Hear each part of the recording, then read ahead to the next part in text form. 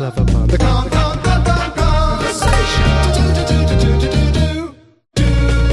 Or Jinjo. Hello, and welcome to the Kongversation. I'm Hyle Russell. And I'm Jeff Onan. And I am Dustin Jackson. Wow, three of us. What could that mean? Well, back in 2024, do you remember when we sat down and we pitched a game? We pitched it to nobody in particular. We pitched it, I guess, to Imaginary Nintendo, our various uncles who work for Nintendo. And the game was called Swanky Kong's Pizza Buffet. Do you remember that? I remember that. Oh, I remember. Do you remember that, Dustin? Oh, you better believe I remember, Jeff. So Swanky Kong's Pizza Buffet, for those who aren't aware, was a game idea we kind of collectively hit upon while, I believe, streaming Sea of Thieves. It just, idle chatter turned into, oh, that would be a really good idea. Let's develop that. And that became our first game pitch episode of the Kongversation, where we just kind of daydream openly about a DKU game we would really like to see and we think would fill an unfilled niche in the marketplace. And Swanky Kong's Pizza Buffet basically took the pizza buffet / video game arcade concept and turned it into a video game. Right. I mean, that's basically what it is. Remember? That sounds right. I think that's what happened. There's a little bit more to it than that. I'm not going to get into all of it, but there was a kid named Clarence Ferguson involved, and he would just be the sole human at Swanky Kong's Pizza Buffet, which would mostly be filled up with Donkey Kong regulars and Kong-like characters. But you would play as yourself in me form. You couldn't play as Diddy Kong, even though you could go bowling. Yeah. But Clarence Ferguson was there, and his divorced dad who had him for the weekend. We're not going to get into it. Listen, this episode is a backdoor sequel. So if you want to know what's going on, go listen to that episode. By the way, for 2024, for the season 12, 2024. It's good. It's episode 12, 20, maybe. That's not right. That's not right. It could be. There's no way to know. There's a chance that it's right. Listen, 12:36. It's important. That's what I said. And so it's very important also to give just a little context of that. That's not what this is about. That's not what this episode is about. This episode is going to be about a new topic, but we should put it on the record that my greatest little buddy, Dustin Jackson, he doesn't know what today's episode is about. I don't know what's going on. I don't think he does, because what happened this time around, Jeff and I were playing Sea of Thieves together, and Dustin wasn't there. And we were streaming this for our Sunday morning Stream of Thieves on twitch.tv/DKVine. And we just started spitballing. Now, to be fair, it's Jeff who does most of the spinning in these circumstances. Jeff is really talented at coming up with great game ideas, like killer elevator pitches. That is one of your fortes. That is one of your areas of expertise. And I bow to you. I could never match you, because mostly what I want is surprise me. I'm really terrible at coming up with video game ideas. That's not where my creative brain excels. But you give me a good idea, Jeff, and I can yes and it and build on it, and we can really work together then. So this is mostly Jeff's idea. I don't want to take any credit that's undue. It was kind of like the last episode, which was like all of my idea, but then you guys didn't say that. I'm making good on it now, Jeff, okay? I am trying to grow. I'm trying to continually be a better person. It's not about whose idea it was, but it is definitely about the fact that Dustin wasn't even invited to it. No. And then when it was over, we said, you know what? We should do a podcast about this, but not tell Dustin what it's about. Yeah. And then 2 calendar years later, we're doing it. What happened was they announced Awesome. Donkey Kong Bonanza, and every silly little episode idea, like Jeff comes to me at the beginning of every year, and he says, Hyle, we should On my knees. Oh, yeah. Well, Hyle, we should do like these 15 conversation ideas. And I always write them down. And I'm saying, yeah, there could be something there. There could be something there. We'll develop that further, perhaps, assuming the news cycle lets us. And last year, the news cycle was very unforgiving. Yeah. So It's all predicated on the idea that our podcast will never have news again. And so once in a while, you might go like, I don't know, you could go 11 years without a new Donkey Kong game. And if that were ever to happen, then suddenly having a little devil on your shoulder who says, what if we did an episode about Jurassic Park? It starts to matter. But then you do get news and then you don't do those episodes anymore. Right. And so I wanted to do it this summer, and it is Stinky Ape summer after all. And Jeff came to me last week, and he on his knees, and he said, Hyle, when the fuck are we going to do this episode with Dustin? And I was like, yeah, what about next week? So here we go. He's been teasing it. He's been teasing it all year. Hyle's a teaser, and I'm a spitter, apparently. He called me a spitter. Yeah. But, I've been listening to your podcast. Now, I haven't finished the most recent one, which had Dustin on it, because, by the way, we are currently in the midst of a limited time event on the Kongversation podcast. It has been Dustin Month. That's right. Dustin Month. Dustin Month is one of those special events. If you don't get in on time, you're going to miss it out forever. You won't get the hat. Yeah. You'll unlock those special on Dustin challenge cards that you can then view under your profile on the Kongversation. Time for Dustin is running out. Yeah. Yeah. Make sure you complete Dustin Month, or else you won't get your new profile icon of Dustin. They're going to take me down in a couple months. Dustin has an expiration date, and when he's gone, he's gone. Was that the big surprise news for this podcast? Yeah, Jeff can't drink milk anymore, so he seeks out other things with expiration dates. And Dustin, you are the milkiest substitute he could find. I get it. I understand. He lives in Idaho. And listen, it is also the ongoing Summer of Jeff. And believe it or not, nobody knows what that means yet, including us. Yeah, we don't.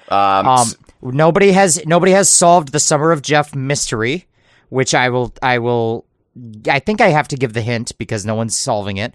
But it is anyone who goes to dkvine.com/picklejuice will get a special treat, but the mystery twist is that pickle juice isn't spelled the way you think it is. So let us if you find it, you might get a little surprise. Oh God, Awesome. Jeff, you always put more work in my lap because now I'm really gonna have to develop this pickle juice idea.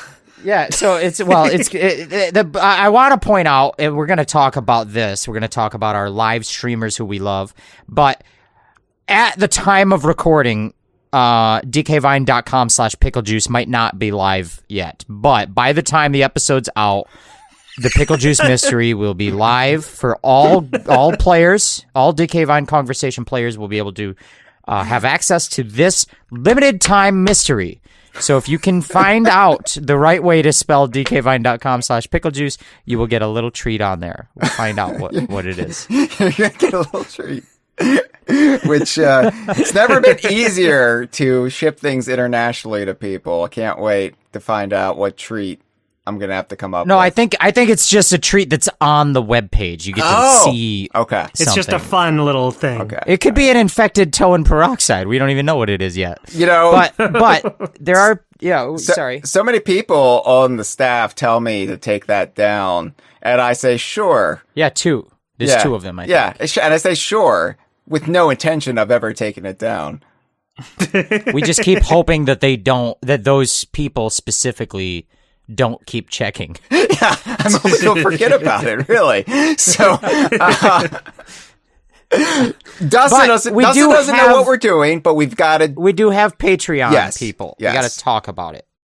So, Dustin, just hold your little horses a little bit longer, because... Oh, I'm clenched. On this episode of The Kongversation, we'll be pitching to you a very special DKU game that we think you'll enjoy, and we hope you at home will enjoy it as well.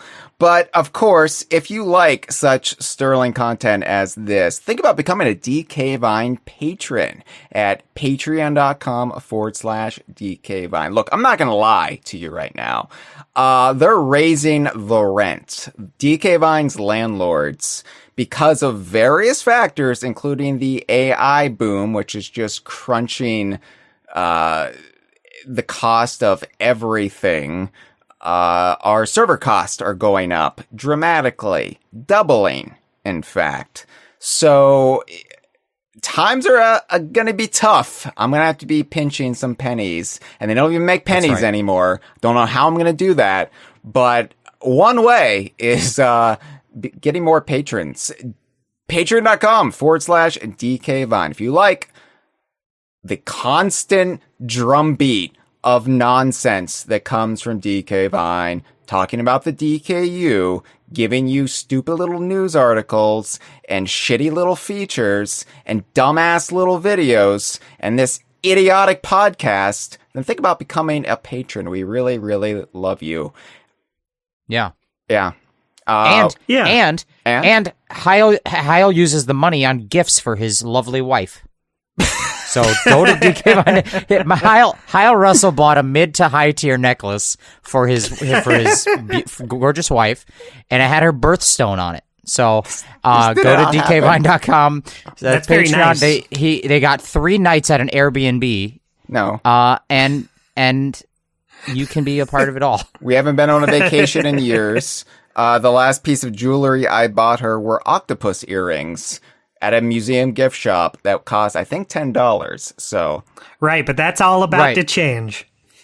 No, yes. Hyle Russell buys all these fancy cars with all of the money he gets from Traveler of the Stars. No. That's he has a rhyme. 2 of the same. It's a rhyme. It just rhymed, so it's true. But listen, no, it's not true. We do need the money because the actual thing is that the website costs have gone up. So yes, they have. But thank you to our patrons. And, $5 not patrons, they get to listen to this beautiful improv live. Hello to Freezer Skips, Martrose, TJ, S. Monaco 14. Thank you for joining us today.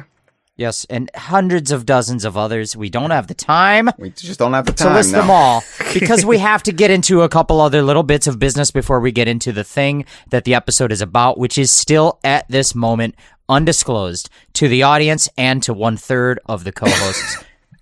The conversation is a mullet. It's business up front, but then once we get to the back, woo! Yeah, that's my favorite part. And because it's so full of mysteries, if you ever were to part those delicious neck hairs and look at the back of the mullet, you would see a tattoo. And what is the tattoo? It is the multiplication times tables. So if you're ever back there, you can practice. That's helpful. So listen, before we get into it, we do have a couple of things. First of all, season 14 of The Kongversation, I have an ongoing mission in life, a mission from God.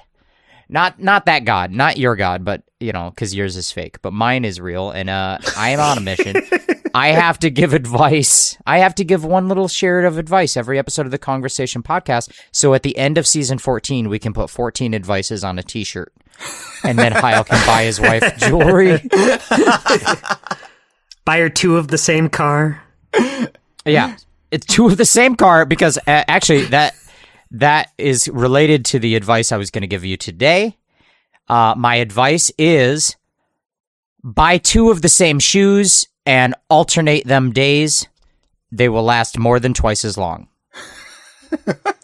That's good advice. That is true. It is actually that if you wear 2 shoes, good advice. If you wear 2 pairs of shoes and you alternate their days, they will not just last twice as long. They will last more than twice as long because you give the shoes some time to forget the feet. It's like rotating your tires. It's like it is. When I buy my wife 2 cars during the Lexus season December of to remember. Yeah. Whether, and whether we're not denominational here on the Kongversation podcast. We don't take a side when it comes to the holidays. We celebrate all of the winter seasonal holidays, whether it's Lexus December to remember or Happy Honda Days or Buick Friday. There's more, right? There's got to be a couple more. Yeah, but look, I mean, where the expenses really go in is buying those giant bows that you have to wrap around the car, and that is hard. Yeah, I don't want to have to pay more for my tires, so you rotate the tires constantly, and the tires last longer. So because of that, I know Jeff's shoe advice is true. Yeah, well, I don't know much about tires, but I do know about Myers, which is the name of my regional grocery store, and they will do buy one get one for $1 shoes. A couple times a year. And when you go for buy one, get one for $1 shoes, you can buy like $80 shoes and get the second pair for $1. So you basically get 2 pairs of shoes for $40 each. Now, if you get the same shoes twice, you wear them every other day, they're going to last more than twice as long. It's like horse magic. Wow. What a great pitch for Myers.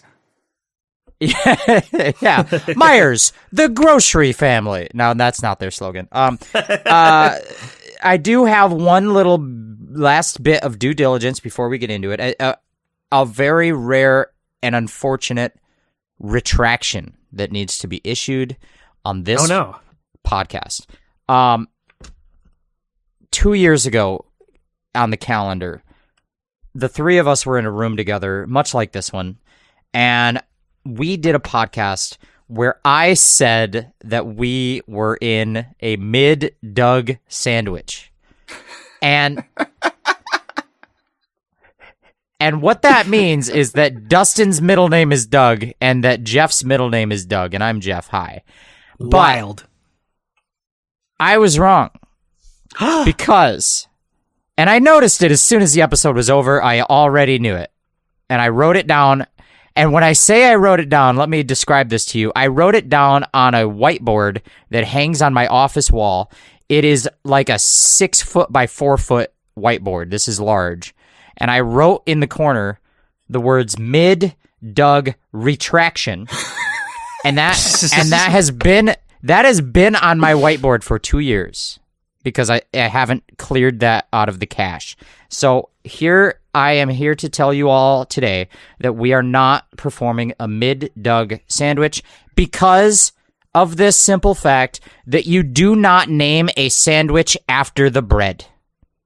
That's true. And if anything, this is a Hyle sandwich on mid-Doug, like a Hyle on rye. It's a Hyle on mid-Doug sandwich, which might be also referred to as a Murano. But yes, it is not a mid-Doug sandwich. That would be insane. That would be like calling this a white bread sandwich, and it doesn't tell you what's in the middle. What's in the middle is Hyle. He's the star of his sandwich, and that's why it's his show. Yeah. Thank you all for tuning in. I'm the creamy filling in the Oreo. I like that because we get to all be involved. You like a podcast. What is this podcast about? What is this podcast about? I'm starting to lose track of that, I don't Jeff. know. This podcast is about the Donkey... Dustin said, I don't know. This podcast is about the Donkey Kong universe, and we talk about games from the Donkey Kong universe, which concerns Donkey Kong Country, Diddy Kong Racing, and off of Diddy Kong Racing, you get your Banjo-Kazooies and your Conkers, and so forth. And it's Banjo-Kazooie that we're really going to be focusing on today, although some other rare properties might come into the fold as well. Ooh. Oh. So, in the vein of Swanky Kong's Pizza Buffet, which we all agree is a winning idea, Jeff and I would like to pitch to you, Dustin, the next blockbuster entry in the Rare Shared Universe. I can't wait to hear what it is, but I'll let you know I am a harsh judge. Uh-oh. That could be the title of your TV show, Harsh Judge. where people pitch me video games and I say no to all of them. Yeah, and you're wearing a powdered wig. DK Ryan's Twitch channel needs to just follow the conventions of just American TV networks, and we have like daytime programming, like Harsh Judge starring Dustin, where people come to him with video game pitches, and he either approves them or rejects them. I'm just picturing like if there was a video feed to the audio you're currently listening to, or like I'm picturing like a bumper ad. The younger kids, like Choco Milk Drinker, they won't necessarily know about this, but there used to be bumper ads, and like right in the middle corner of the screen while you're trying to watch, like, I don't know, Boy Meets World, on top of your screen there would be an overlay. And like Dustin and I would walk into the frame and have like a 2-second fake sword fight and then high five. Yeah. And then we'd look at you and smile and do like maybe we'd do finger guns.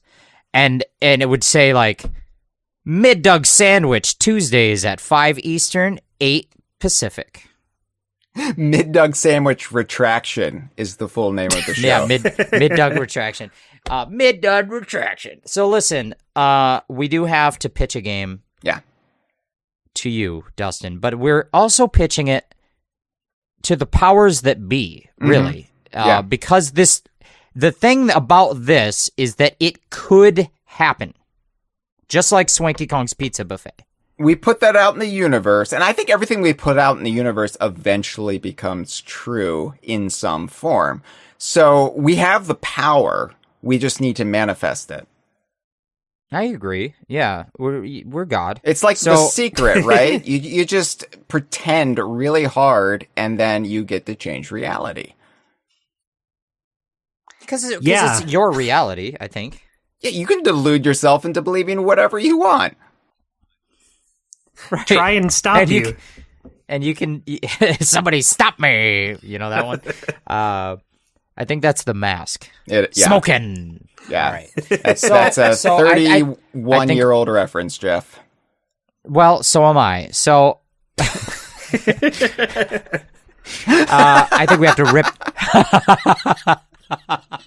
Let's rip the Band-Aid off, Hyle. Dustin, I'm going to tell you 2 words, and you're going to just gauge your reaction, okay? A video game arrives on E3 presentation is a trailer. There's a logo. There's a title coming 2027. Camp Jinjo. Whoa. Camp Jinjo. Okay. Camp Jinjo. That's right. Imagine, Dustin, all of the thrills, chills, and spills of a summer camp, except you get to visit it from your video game console, and it's run by DKU characters. I love it already. I have never been to summer camp in my life because I never wanted to.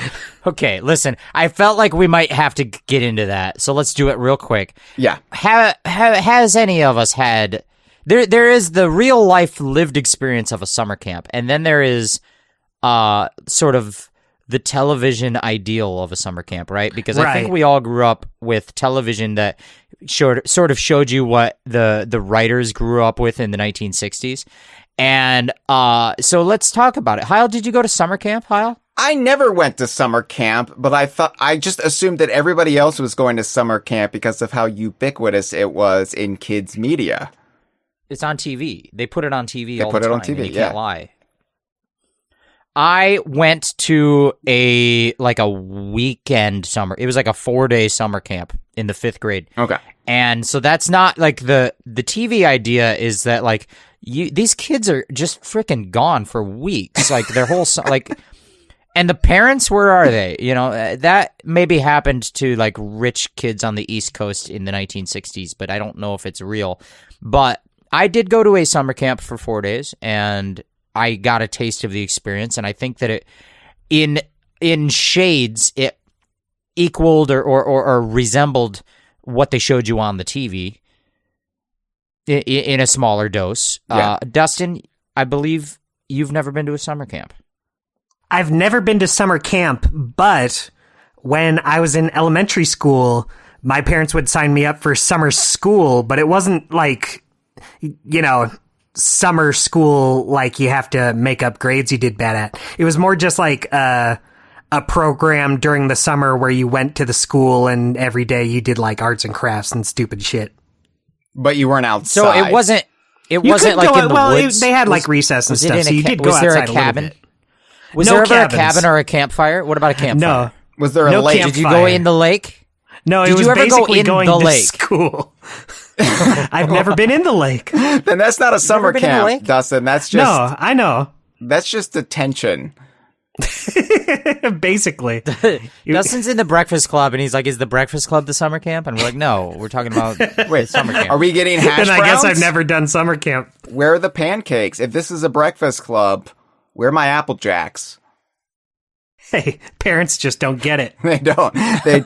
But we're all familiar with the tropes, and I think what you need to successfully convey the idea of summer camp. And yeah, the TV idea is that this somehow lasts like the entire summer, like 3 months of just the kids being in this encampment where they cannot leave. They sometimes sneak out at night to go to the nearest town. That is a trope. There's like pranks. There might be pranks that they play, you know, on the other cabin. Yeah. But mostly they're indoors in the cabin. In the live stream, they're talking about a Cartoon Network show called Camp Laszlo. I know Camp We Laszlo. knew they were going to do this. We knew they were going to do this. It's not that. We're not Camp Laszlo. This is its own idea. No. But like, I think every generation, after like the mid 20th century has had this idea conveyed to them through media. For me, it was the Nickelodeon the Nickelodeon live action show Salute Your Shorts, which it was 2 seasons long, and both seasons took place in the same summer. That's how ludicrous it was. Like all of this stuff happened in one summer. And of course, then, you know, I aged, then there were things like Wet Hot American Summer, which was kind of poking fun at the idea, but still very much like leaning into it. I grew up on the Friday the 13th and other related slasher films, which are oftentimes set at summer camps. Although, you know, with the Friday the 13th films, it's always set just before summer camp. It's like the camp counselors arrive to prepare to be counselors at summer camp. And then all of the killings of the spoiler alert, by the way, if you haven't seen a slasher film, the killings start to happen, but it all sort of takes place before the kids show up, because it's not like actively camp. Like the kids, it's really just some teenagers getting drunk at the cabins. You don't get to see a whole lot of structured camp time. But that's what I grew up on. I every day for breakfast had to watch one of the Friday the 13th sequels. And then at night I had a little Friday the 13th sequel bed snack. That's cool. Yeah. I mean, that's the other aspect of it. Like, horror definitely leaned into summer camp as a setting. I think like Sleepaway Camp was one of the franchises. Yes, it is a franchise with four movies, but kind of 5. One of the movies is actually a clip show, so we don't count it.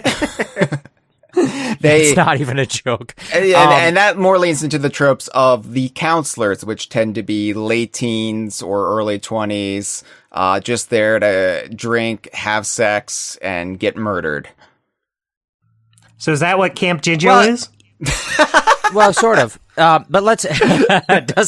Dustin doesn't know what it is. Dustin doesn't get to know what it is yet. But listen, so none of us None of us have been to summer camp in the sort of television ideal, but I think we can all talk about a little, like, going camping in the summer.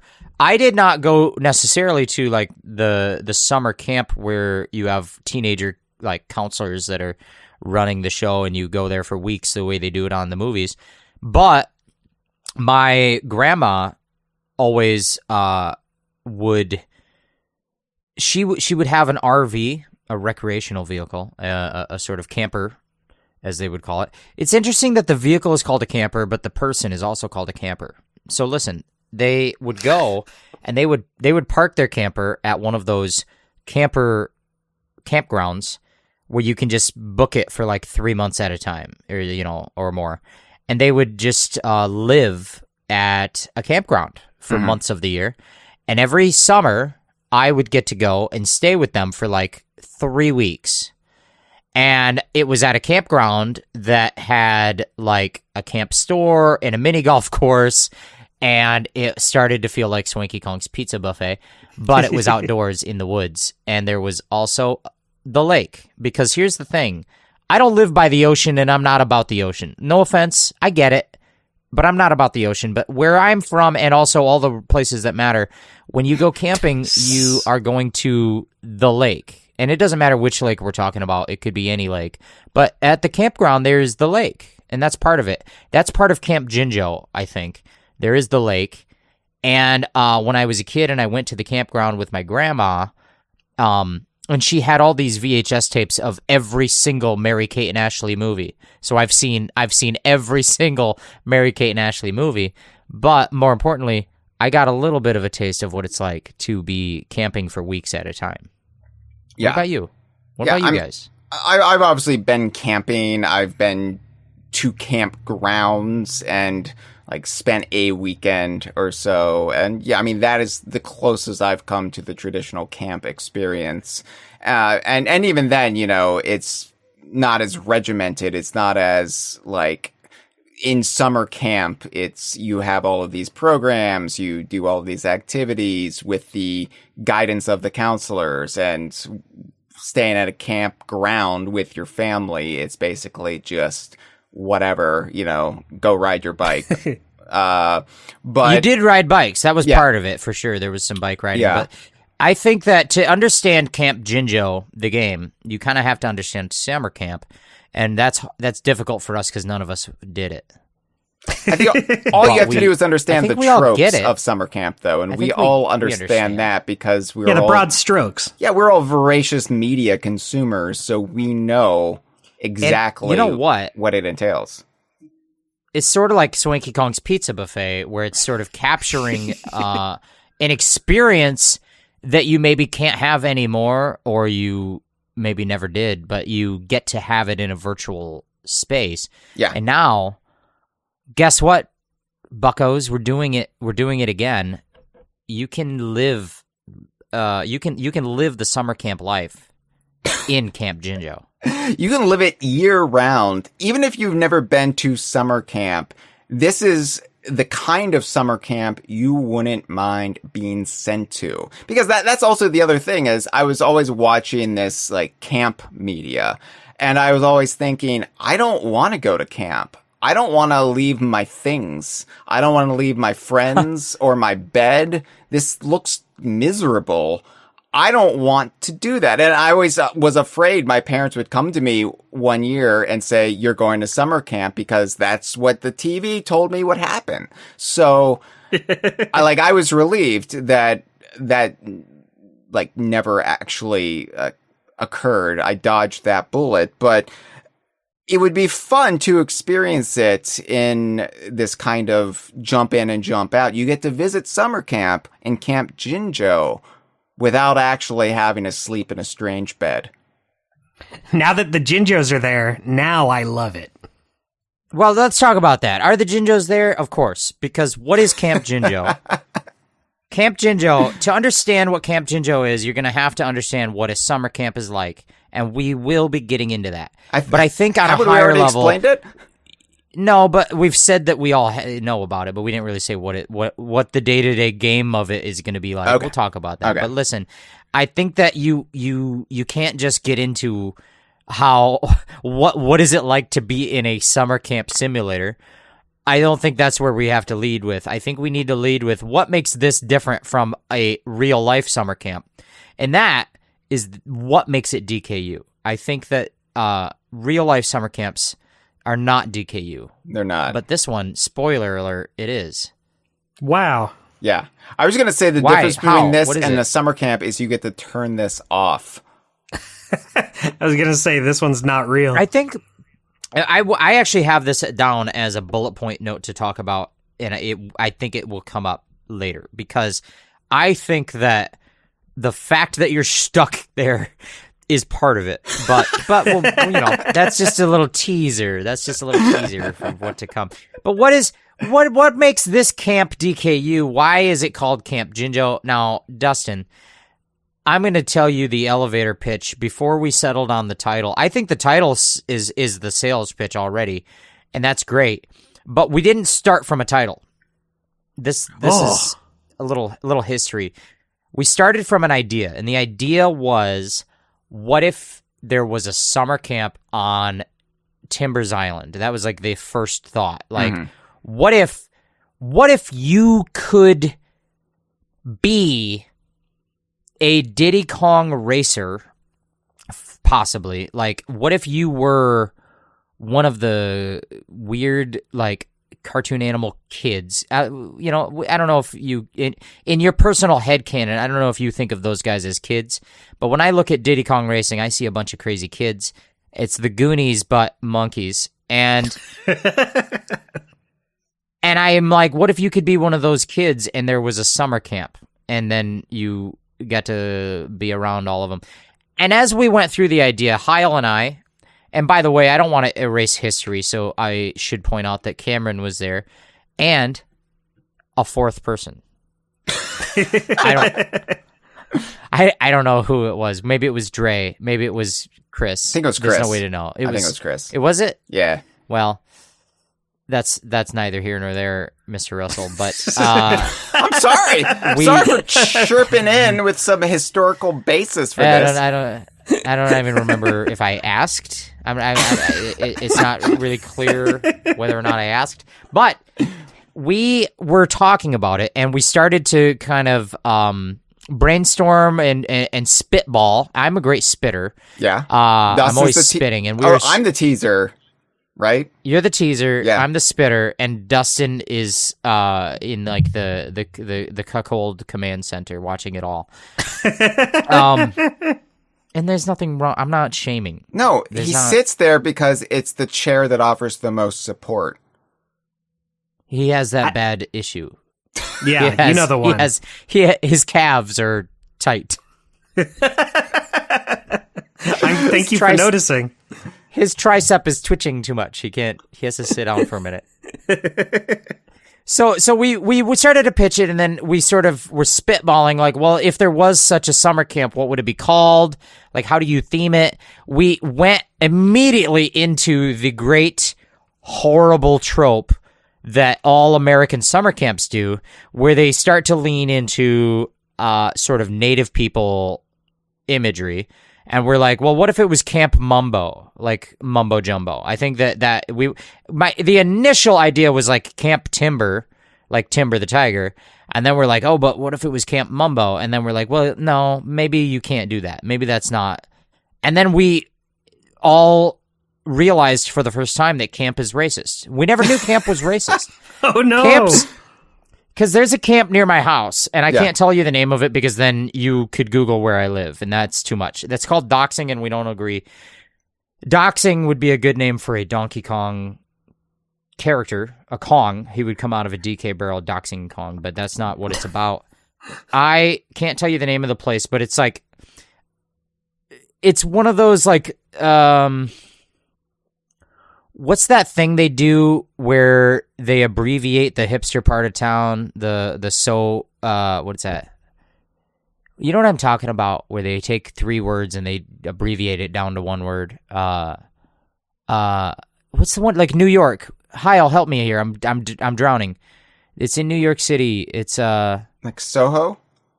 Soho. Yeah. You know, they do all that all the time. Soho and Mimo Depot, you know, those places. Every town has one.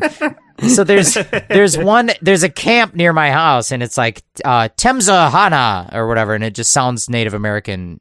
And I that's not what it's called, because if I told you what it's called, you could kill me. Yeah. But anyway, like Jeff was at summer camp.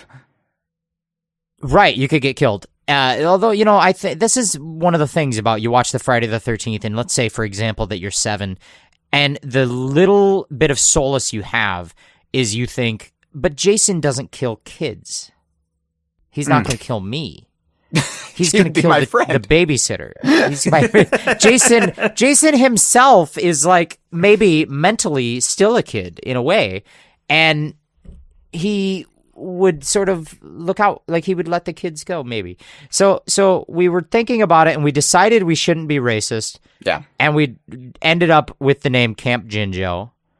But the overall idea, I think, remained the same, is that what if there was a summer camp in the rare cartoon animal archipelago, and you could go live in it? You could be your own Diddy Kong racer. Yeah. Yeah. Basically, it's a summer camp in the rare archipelago, and you get to spend the summer there, or however long the game would actually entail. Yeah. I imagine the game would be a year-round affair, because in that climate, you could have a summer camp running year-round. Right. It's sort of like how like the drive-in movies in Texas never stop. But, like, you know, we have a drive-in movie by me, and they stop. They don't do it. Oh, no. They don't do it in October anymore. But yeah, I mean, I think most of the drive-in movies stopped around 1975, but... No, I think that they peaked in, like, 81, so get your history straight. I'm sorry. I wasn't born yet. I'm just a baby. I don't know these things. You know, that's why I'm here to dispense the wisdom. I am the elder. But it's important that every time I'm on, I throw in a little more confusion about what year I might have been born in. Yeah. Even though you just stated your age earlier, I'm now more unclear than ever. Yeah, but that was a lie. I said 31, and I'm not that, actually. So, all right. I think we're having fun, but I want to give Dustin a chance. I want to give him a chance to step in, because he's just been like being talked at about. Dustin, we've said the basic idea. I want you to tell us your gut feeling whether or not you would pay $90 for this game, and whether it will be good. Don't forget about the season pass, Jeff. There's a season pass. It's a living game, and there will be you know, a monthly $20 charge. Yeah. Well, how do you feel? I'm on board so far. I mean, I guess I don't know what you do in the game yet. What don't you do?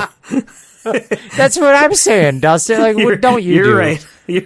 You're right. My bad. The onus of explaining it is not on us. I think it sells itself, honestly. You're right. I sold for $90. Hyle, what do you do? Maybe we get into it. I don't know. Okay. Well, first of all, just to be clear, I don't think it's actually set on Timber's Island. I think that was where the idea started. We moved away. Yeah. We moved away from that. One of the reasons we moved away from Timber and Diddy Kong Racing is, at this point in time, none of that shit is as marketable as the Banjo-Kazooie property, unless you attach Diddy Kong to it. And we're trying to be fair. We're trying to be realistic here. This would not entail any Nintendo-owned IP. Yeah, I think that as a real pitch of the game that could happen, as this podcast is about, I think we need to consider, you know, is this a Donkey Kong IP? Is this a Rare IP? Diddy Kong Racing is too much in the middle of the Venn diagram. It's sketchy. We can't hang out in that part of town. and so I think that we go away from it. But I think that the pitch idea that you get to be roughly a Diddy Kong racer in like a Banjo-Kazooie world is essentially where it's at. You will be like a badger or, well, I mean, I guess, I don't know. We'll talk about it. Because I thought on the last episode that when we made a game about Donkey Kong bowling, you could play as Donkey Kong. And I quickly got told, no, you got to play as yourself, but Donkey Kong can transform into a bowling ball, of course. And that was, Of course. to this day, I have so much reservations about that, how you guys outnumbered me on that whole pitch. Because the idea that you got to play as yourself in Donkey Kong Golf is very confusing to me, but we'll talk about it. I don't know. What do you think? In Camp Jinjo, what are you? What are you? So the way I imagine it is, so for the Swanky Kong's Pizza Buffet, that's a Nintendo idea. And I think the Mii's are just a very lateral move. And I know there are the Xbox avatars, but I feel like they are on the wane. I feel like even though the Mii's are used less in the Switch 2 era, I feel like they're still more prominent than the Xbox avatars, which, by the way, were developed by Rare. The whole conceit, the whole design, that was concocted in-house at Rare in the aughts. But that's neither here nor there. And it's the best-selling movie of all time. So good job, Rare. Good job. You did it. I like the one with the airbender. I didn't see the fire one. I'm embarrassed because I like those movies, but I forgot to see the fire one. Yeah, I watched the fire one. I watched the fire one the other weekend. It was all right. Did you like it? It was all right. I mean, they're all right, right? Like, it's... Well, I actually did just go see a movie. I wanted to see the new Evil Dead. They have a new Evil Dead, and I went and saw it this week. It was good. It was a little, they have all of the tropes of Evil Dead. They read from a cursed book to make monsters and like minions of Satan come and like all of that. It was good. I thought it was interesting that they made it into an animated movie and that all of the creatures are yellow and wear overalls. That was interesting that they would do it that way. All right. I was about to compliment you, Jeff, because I was about to say, well, the first two Evil Dead movies took place in a cabin in the woods. It wasn't summer camp, but actually let's put a pin in that and come back to it later. And then I realized you were doing your shtick, your bit, your running joke. And then it's been a while. It hasn't really been that long since you've pulled that on us. It hasn't. Come on. Jeff month has been over for over a month. It's not Jeff month anymore. It's summer of Jeff. It's Dustin month Respect now. Dustin month while it lasts, okay? Okay. All right. Dustin, if Dustin ever comes out with a bit, I'll be so supportive. Thank you. No, I'm thinking in this case, to better blend in with the world building and the atmosphere, you would, in the vein of the infinite pirate generator in Sea of Thieves, you would get to create your own DKU, or I guess in this case, like Rare Universe character that you get to create, or it's generated from you, or you get to put the little pieces together. And yeah, it can be a bear, a badger, a tiger, some sort of critter. And you get to then personify that character. You make a DKU choice. Sona. I love your choice of the word personify, because it would be, as Dustin says, a Sona. I would have called it like a rare Sona. Rare Sona. Some people, that's what they'll call it. That's on the perfect. computer. On the computer, they call this a fur Sona. But, yeah. But they don't have to have fur, because you could be a bird or even maybe a serial numbers shaved off Kremling. I don't know. Right. We don't know. Or you could be an animal that's completely shaved bald. Like a cat. That's what a That's what a Jinjo is. It's a shaved bald critter. That's what they all look like on the inside. So yeah, Jinjos are foxes, actually. There's nothing magic.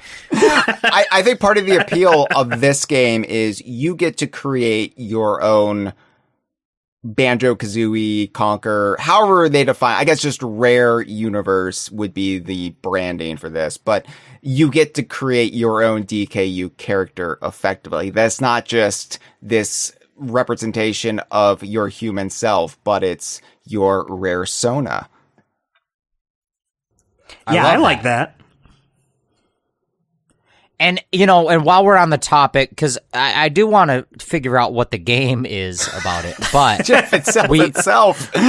At the moment, we're talking about what makes the setting or the theming of it into a DKU experience, and it's mostly that you are your own rare character. You are a rare Sona. That's great. But I had this idea, and I want to know if it's horrible, because that's all I ever want to know about my ideas. Because what if they're horrible?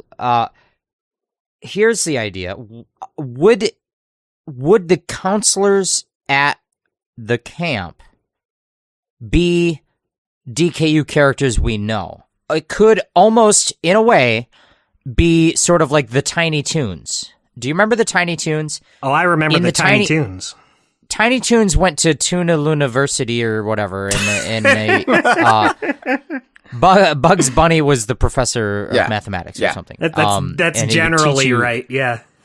It was a new Looney Tune franchise about like the next generation of made up characters that aren't real. Like, what do they call it? Like Bluster? Bluster's not canon.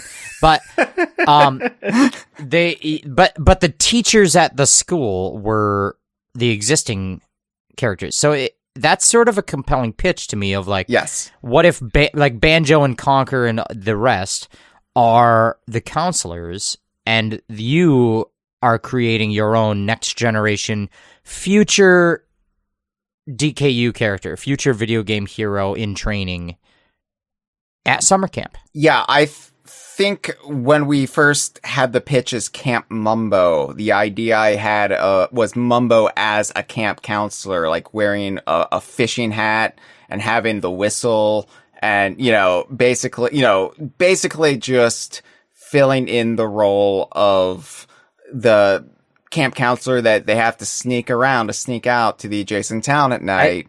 And he's probably Bill Murray in some nondescript 80s comedy camp movie. Well, Meatballs. Yeah, but that's the movie where he was a camp counselor. But I also can imagine him putting like sunscreen on his skull, just like slathering it on. So I think that because he doesn't have a nose. The big thing is they always have the nose. Yeah, but Mumbo Jumbo historically does not have a nose. Historically not. Famously. So I think part of the appeal is, yes, you would get to interact with actual DKU characters who are serving the role as counselor, and maybe you could also encounter others throughout your exploration of Camp Jinjo. That sounds right. What do you think, Dustin? You'd want to see familiar faces throughout this game, I think. Like, that would be what would make it DKU, right?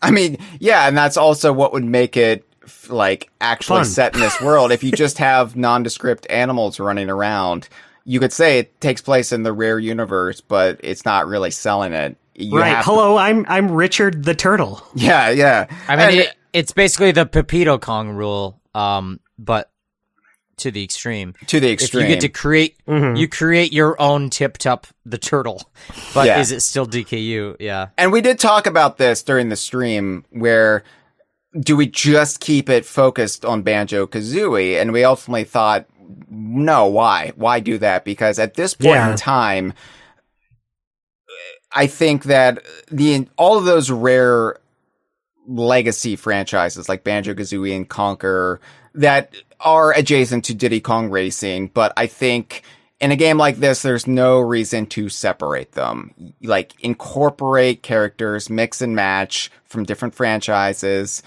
maybe even ones that aren't historically considered DKU we can talk about. But I think at this point, we're not getting constant releases, so just get them in there.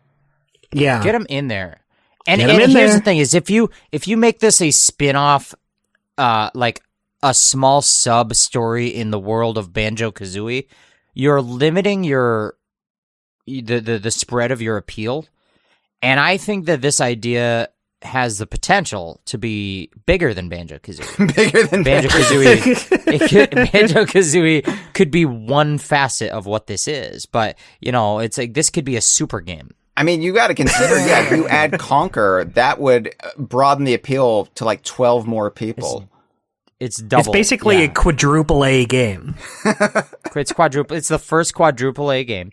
It never will come out, but it is going to move the spreadsheet quite a bit. So let's talk about the character that your rare Sona. You've mentioned so many species, and I feel like the potential discussion there is great because obviously Diddy Kong Racing, there's some obvious. You're going to be able to be a mouse and a tiger and a badger and a chicken and a turtle and a bear and a squirrel, right? Now, can you be a monkey?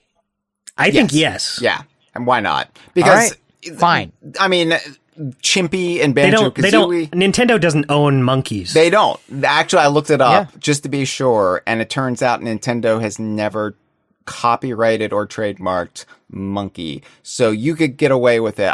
Obviously you can't look exactly like Diddy Kong, but if we have to, we could spell monkey different. Like they have so there's a grocery store called Myers, and they have these wings there. They're spelled WYNGZ.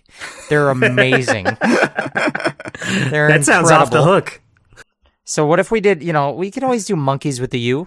Monkey with the U. Yeah. Why not? Yeah, you could maybe name your monkey like blank Kong if you wanted. There's nothing stopping you because it's your own creation. Just like in Sea of Thieves, I named my monkey companion Pepito Kong.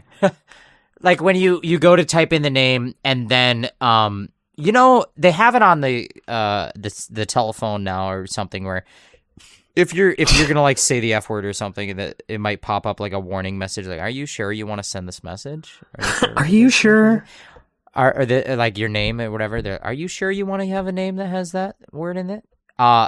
You type in Kong, you name yourself Kong, and then it pops up and it's like, "Are you sure that you want to use the name Kong?" And it's got like a picture of a guy like tugging on his collar. Like, okay, I guess that King Kong is public domain, but maybe we don't call it. But the point in the end is that you have the freedom. Yeah. Whether they like it or not. You can make a Kong or a Kremlin. Nothing is limiting your imagination. So, okay, Kong. Well, we'll call it ape. Instead of calling it a Kong, we'll call it an ape. Ape. Simian. Crocodile. Simian. Crocodile, tiger, mouse, bear, squirrel, turtle, badger, chicken, pig. I think pig has got to be one because even if you look at the NPCs in like Banjo-Tooie, crispy bacon, you got a pig in there. Right. In the Conquer universe, there is Marvin the Rat is a good one, or like for example, weasels. Weasels are Conquer characters. You should be able to be a weasel and maybe a rat. What else? Is there... Like, we can't have infinity, right? This is just a character select option. There can be probably less than 20. And it could be DLC. There could be expanded updates. Just a DLC with all of the rodent variants in there. DLC, you can now play as a rodent, and there's like 12 different colored variations. They're like rodent with zebra stripe fur. Wow, that costs $1.99. I'd like to be a beaver.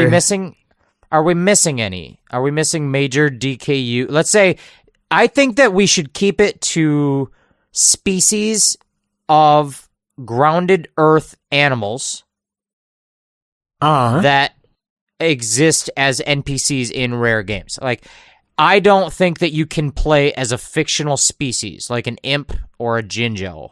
Right. But you can play as a badger or a squirrel. Now, what about this one? Could you play as a toad?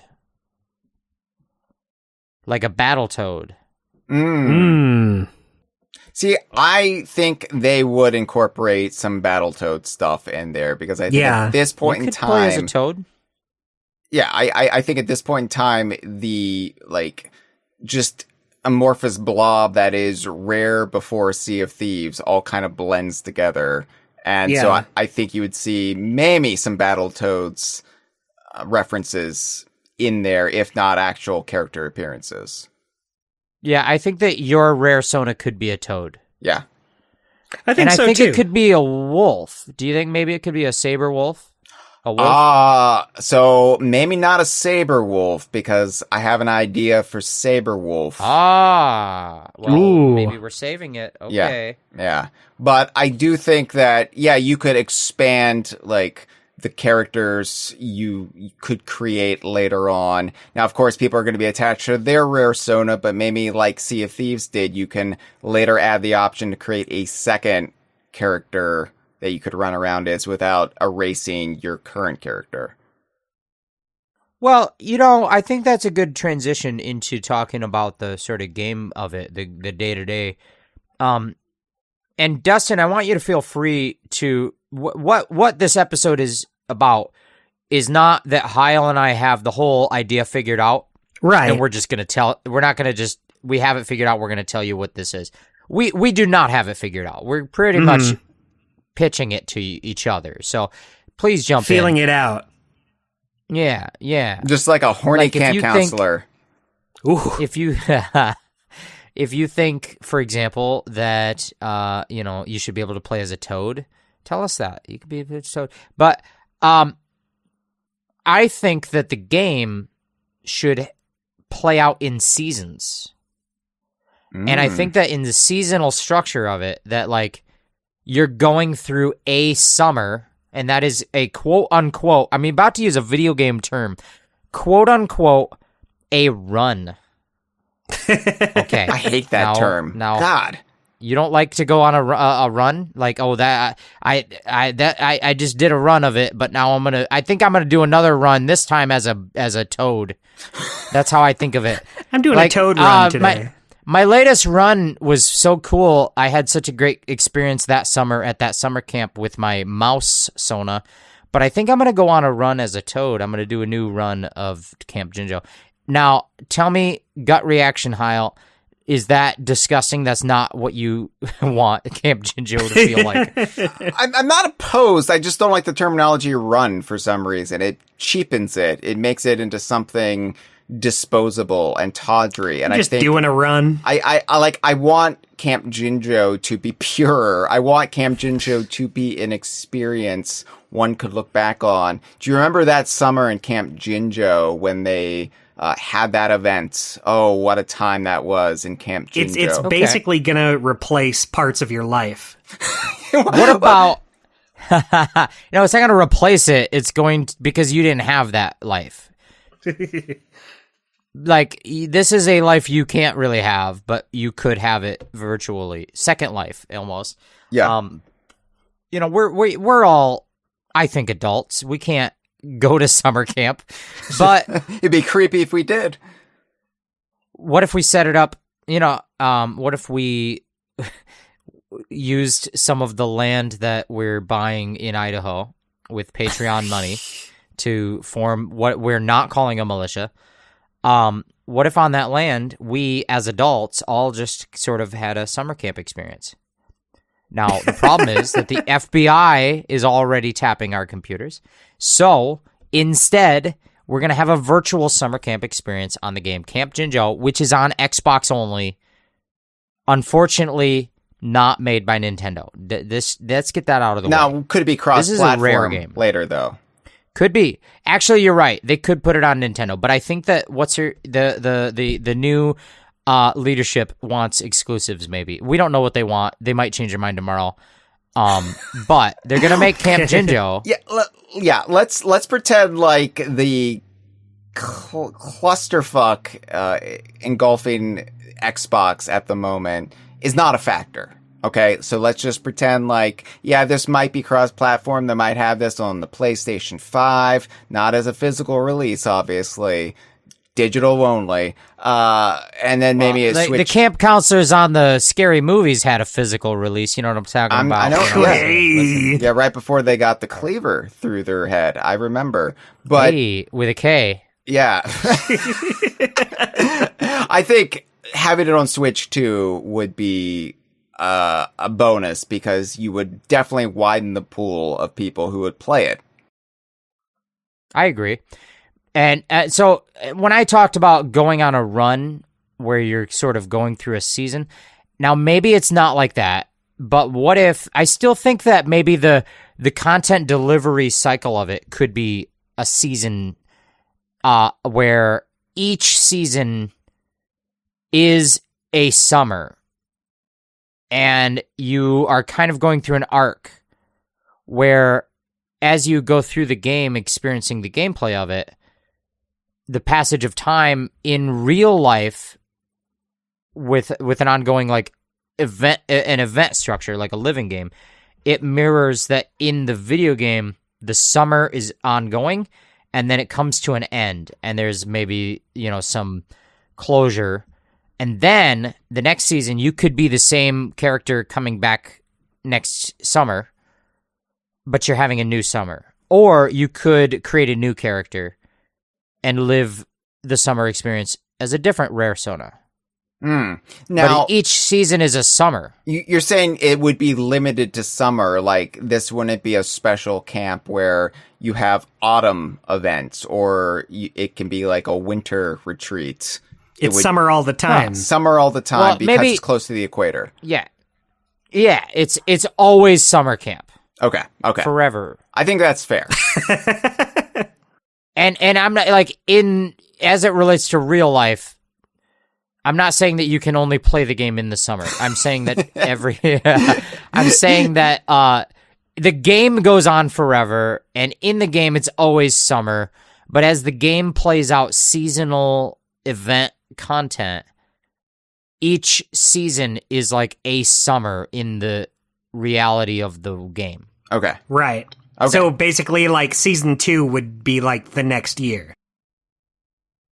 Yeah, or just like the next term of your camp stay. Yeah. Which maybe Okay. in this universe it doesn't have to be a whole year later, but like you only ever go to summer camp for like a couple months at a time. Right. Right. And I think, yeah, it's close to the equator, so it's always summer-like conditions. We'll just, pretend. We'll just squint. And yeah, it's kind of a nondescript amount of time between the seasons. But I do think you have to have that finality of, the summer's coming to an end and we all have to say goodbye to our camp friends, because that is a Right. part of the camp experience, according to TV and movies that I've watched. There has to be a feeling that everything you've gone through has had a buildup of one, forming bonds, Mm-hmm. and then two, a conclusion where you have to say goodbye. Right. I think that is what the game is about. You want to have some tears. You want to actually make real friends, because this is going to be an online game, right? Right. Like maybe there could be an offline mode, but I think it would work, and it would only really work if you get to interact with people, real life It's a friends or shared world. strangers you meet along the way in a shared world. You don't get to choose who's there. You don't get, like, when I go to Camp Jinjo on my Xbox console, Mhm. Hyle and Dustin and Cameron will not be there. Because I have to go meet strangers that I don't even get to know. Like, I don't get to choose. You don't always get to choose who's at summer camp.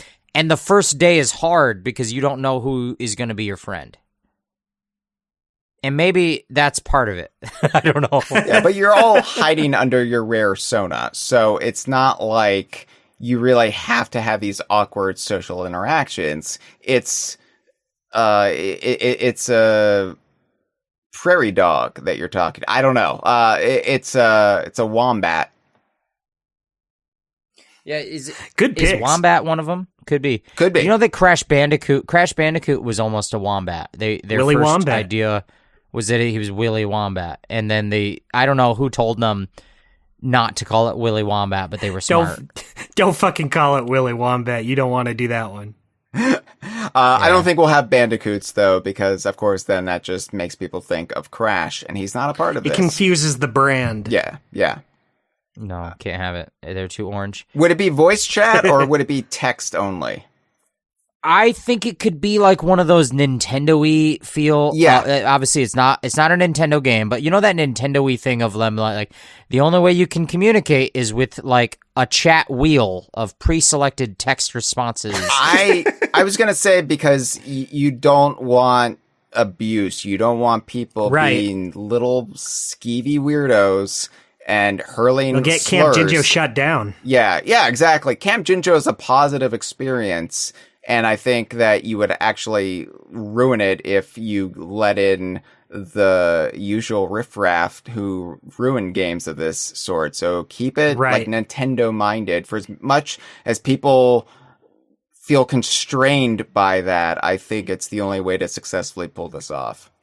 Well, let me tell you guys this, is that might even also aid in the role play of it, because if I can just talk I can just hear a guy talking on mic, it's going to take me out of the immersion, because he's going to just get on the mic and try to spoil Game of Thrones or whatever. You know what I mean? I'm a little mouse. Look at me. I'm a little mouse. Aren't I cute? There's like A little mouse. a guy. There's like a 12-year-old Scottish kid, and he's screaming about like he's trying to tell you that the new Odyssey movie is too long. I don't know what he says, but they have this new Odyssey movie. No offense, but you know.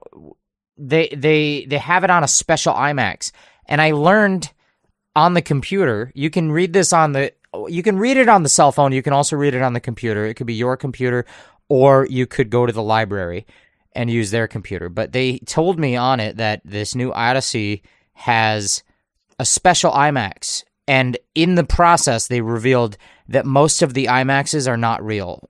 I don't know all about it, but you can Google this.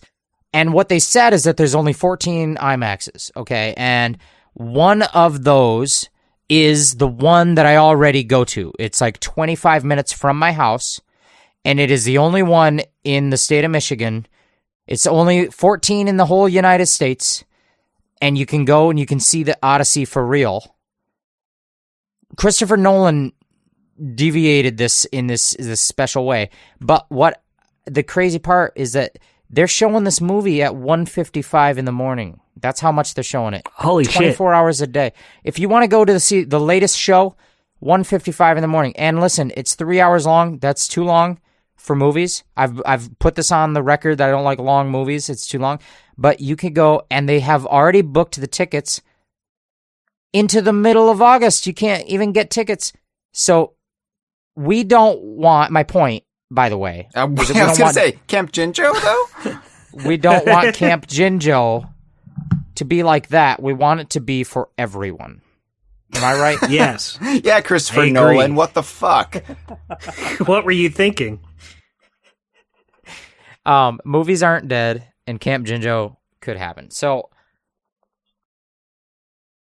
it's a seasonal experience, and part of that, I think that you're right, Hyle, is that if you're talking on chat, you're going to ruin the immersion, because if you can only talk through the chat wheel, they can kind of make it feel like you are in the universe. You cannot say things that are anachronous, right? Right. You cannot just start saying how Jason Voorhees is going to get you. Here's there might be a little bit of that in this game. I was thinking about that. There could. Do we just get into that? Well, because here's the thing. I still don't know what we're doing in Camp Jinjo. I understand the concept of Camp Jinjo, but I don't understand how it's a video game. Well, let's talk about it. Right. I think the three of us have not actually been to summer camp. No, we're on the record. I did go to summer camp for like a 4-day weekend.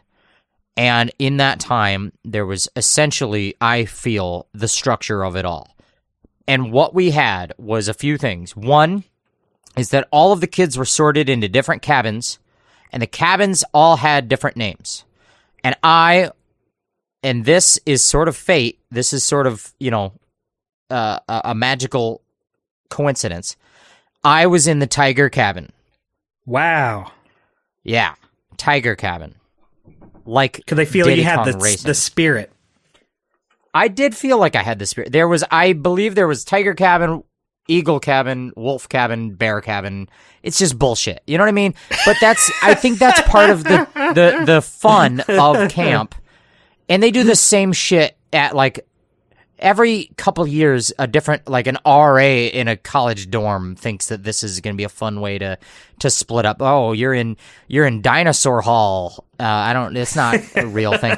But if you are, for example, 12 years old, there is something to that, I think. Being sorted at random into Tiger Cabin, and then Tiger Cabin has to beat Eagle Cabin in the 3-legged race. That's important to you. So it makes you part of a team. Being part of a team arbitrarily is good for kids. And also for adults that are playing as turtles. So that's part of it. I think that each season where you are going through one summer at Camp Jinjo, you will be possibly put into a cabin. And throughout the course of it, you might be competing to represent your cabin in maybe global events, sort of like a Splatfest or something like on video games.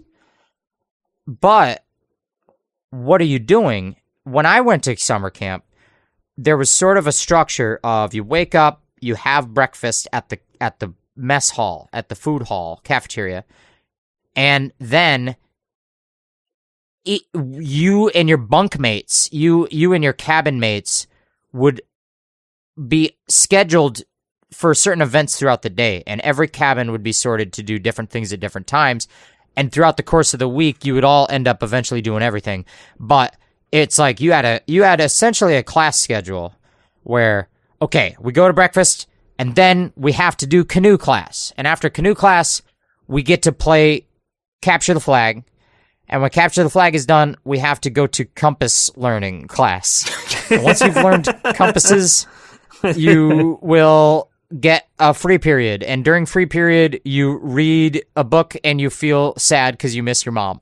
And then you have to go to like water biology class, and you scoop up some water and you look at it under a microscope and you learn about microbial life. So, and when that's all done, you're going to probably at some point have to bow and arrow. You know what I mean? Yeah. Now, here's my question, though. Those are activities you would participate in a real summer camp. I don't know how well that would translate to a video game if you're learning how to tie knots in a rope, for example. But the idea you had with the Tiny Toons analogy of what if this was a camp to prepare future video game heroes, then the conceit of the summer camp, while still like holding true to the like setting and general idea, you could do some more gamey activities that would actually excite players. Like you could have a 3D platforming class where you have to run an obstacle course. Yeah. Collecting things class. Collection class. and class. I wrote down that, camp is essentially 4 categories. And at camp you have to participate in all of the 4 categories. And one of the categories is camp sports. I don't know how better to describe it, but there are certain sports that are only camp sports.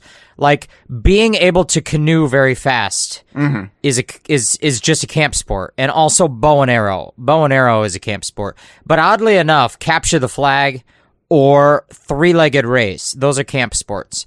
And it may be video game wise, this is just mini game stuff, but that's one of the 4 categories of camp. The second category of camp is how to survive. Now, it is important to know how to survive if you ever are maybe going to die. So, That's true.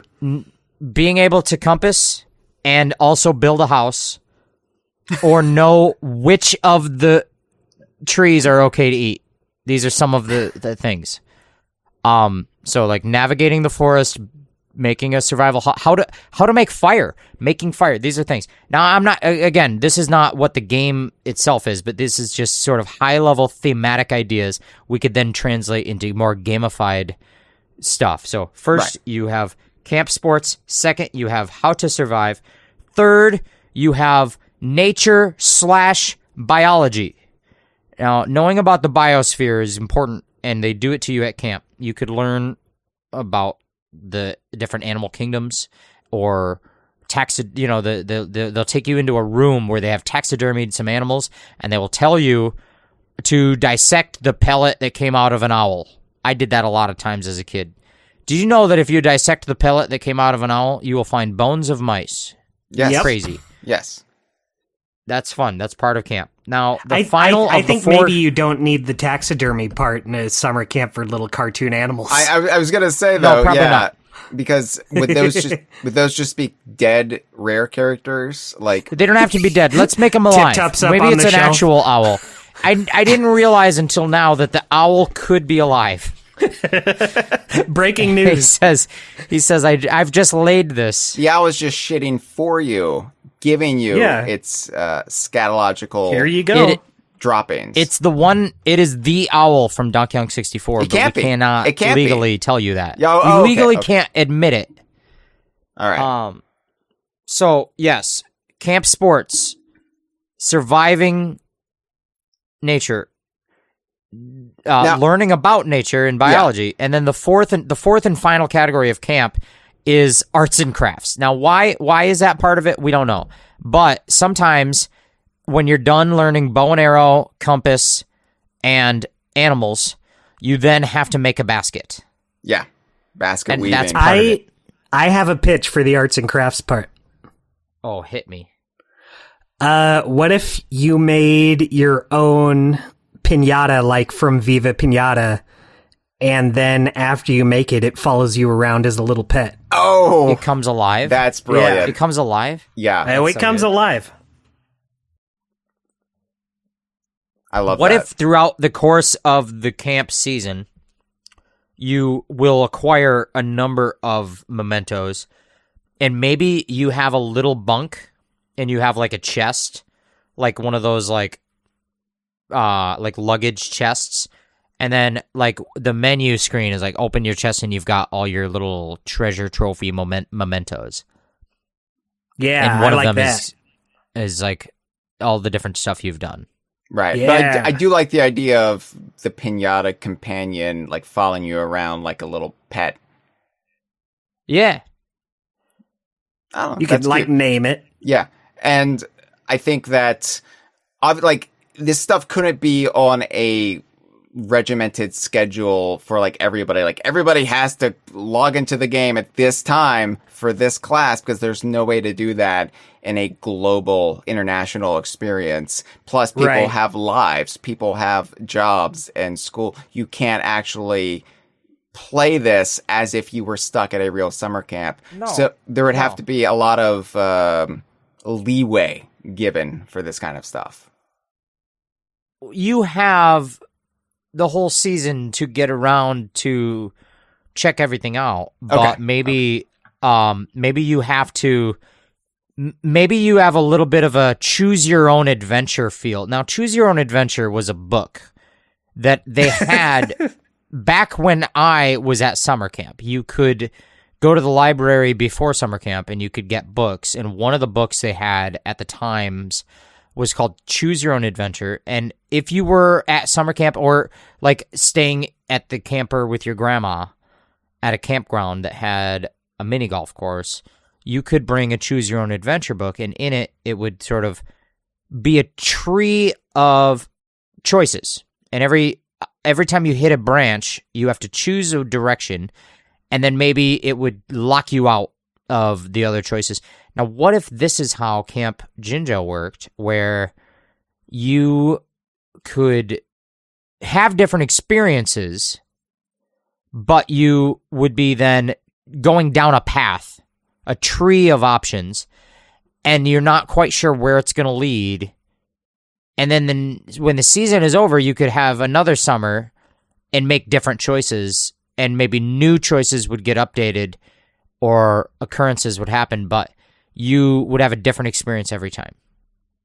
Maybe instead of basket weaving, you did bow and arrows. Sure. Yeah. But then there's like some story ramification, because if you never learned how to weave a basket, then that time that you run into the hobo in the woods that needs a basket, and he's You're like, not gonna know what to do. He's like, I don't have a basket. And, like a rare character says. It's Ruby from Gobi's Valley. Doesn't have a basket for his stuff. And then if you learned basket weaving, you suddenly can do it. But if you didn't, then it turns into a scary event because he pulls a knife. No. And then if you don't have a basket, have gone out in the woods. If you don't have a basket, an owl flies down and grabs his stuff and flies away to consume him, and you have to witness the death of a beloved Banjo-Kazooie character. Ruby turns to you and says, "Look what you've done." Later, you get to pull the bones apart in this sort of wad. They call it a pellet, but I call it a wad. Mm-hmm. Because a pellet is something a bird should eat. It shouldn't be what comes out after digestion. I think that pellet, now, this is not canonically right, but I think that pellet is what my brain thinks that Pac-Man eats. Now, I know they just call it dots, but they're not dots, they're pellets. Like, in video game parlance, if you look at, like, the pixel, Pac-Man is eating dots. That's an out-of-universe description. But in the universe, you would never call it dots. You would call it, like, balls or pellets. Right. I mean, this is Or why pills. we don't run a Pac-Man podcast, because we fucking hate fucking the lack stupid. of logic. Yeah. God damn it. So, Jeff, I can sort of understand the conceit of this game. I still don't really know, though, what I'm supposed to do. Like, what do you do? So I feel like we've got an idea here, but it's not firm enough yet. I don't think they're going to greenlight it. I think they're going to say Still very loose. Okay. develop it a little bit more and come have- back to us, but they're really just trying to get us to go away because they're tired of this pitch. So I think let we me really need to come ask up with you. some winning ideas. Okay. Are you saying all this to me because you are about to build up to the answer?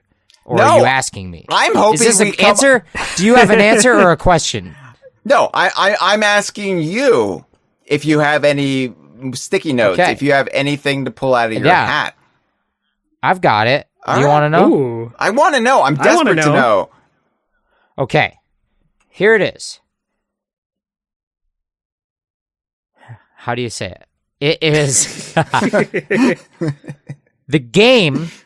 If you take away all the window dressing, if you ignore all of the thematic description, and you just want to tell you what is the game is if there was an ongoing narrative and a, like, from match to match consequences and choices, all of that meta element strung through the game Fall Guys. Okay, I'm on board. All right, I'm listening. Fall Guys, I don't actually know if Hyle knows what it is. How How much do you know? On a scale of 1 to 10, Mm-hmm. how much do you know what Fall Guys is on a scale of 1 to 10? 4, because there was a ukulele costume in Fall Guys. There was. That's There true. was. So here's what Fall Guys is. You go on the game Fall Guys, and you say, I'm going to jump into a match, and you get sorted in with 100 people, and you get put into a minigame. And then In Fall Guys, that minigame is usually run through an obstacle course and try not to fall. That's why it's called Fall Guys. So you run through, and if you survive the first minigame, you move on to round 2, and now out of 100 people, there's only like 70 left. And now there's a new minigame, and there might be a new twist. It might not just be run through a obstacle course. This next one might be pick up the eggs and put the eggs in the basket, but the floor is gonna periodically turn to lava, and also there's a windmill. And if you survive the round, you're gonna move on to the next round, and now out of 100 people, there's only like 40 people.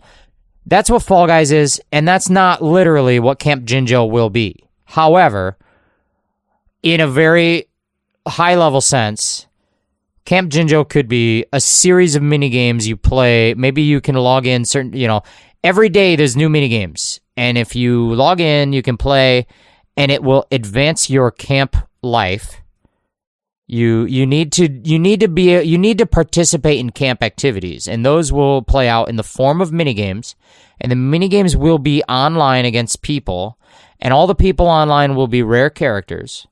And then, when the minigame is over, you will have some progress, and the progress will affect your camp, life.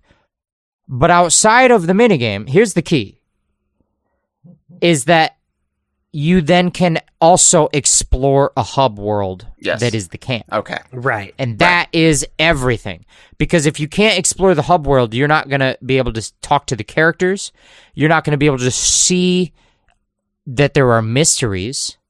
You're not going to... And here's the trick, is that as you go through the daily challenges or minigames you might experience, maybe they're not daily, maybe it's weekly, maybe it's every month new things pop in, and you just, at your leisure, you need to spend some time to complete some of these challenges and play online games. But it's more minigame feel. And the minigames are themed like you're at camp, but they're not necessarily like weave a basket and row a canoe. They're just, broad. But I think the point rowing is, a canoe is a good one. I think canoe races. Yeah, it's a minigame. Could be a good minigame. Yeah.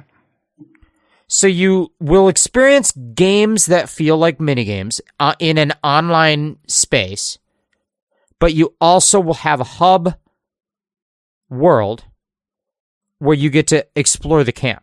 And every week or periodically, the choices you've made or the things that have happened will cause changes in the world, and you get to live in it.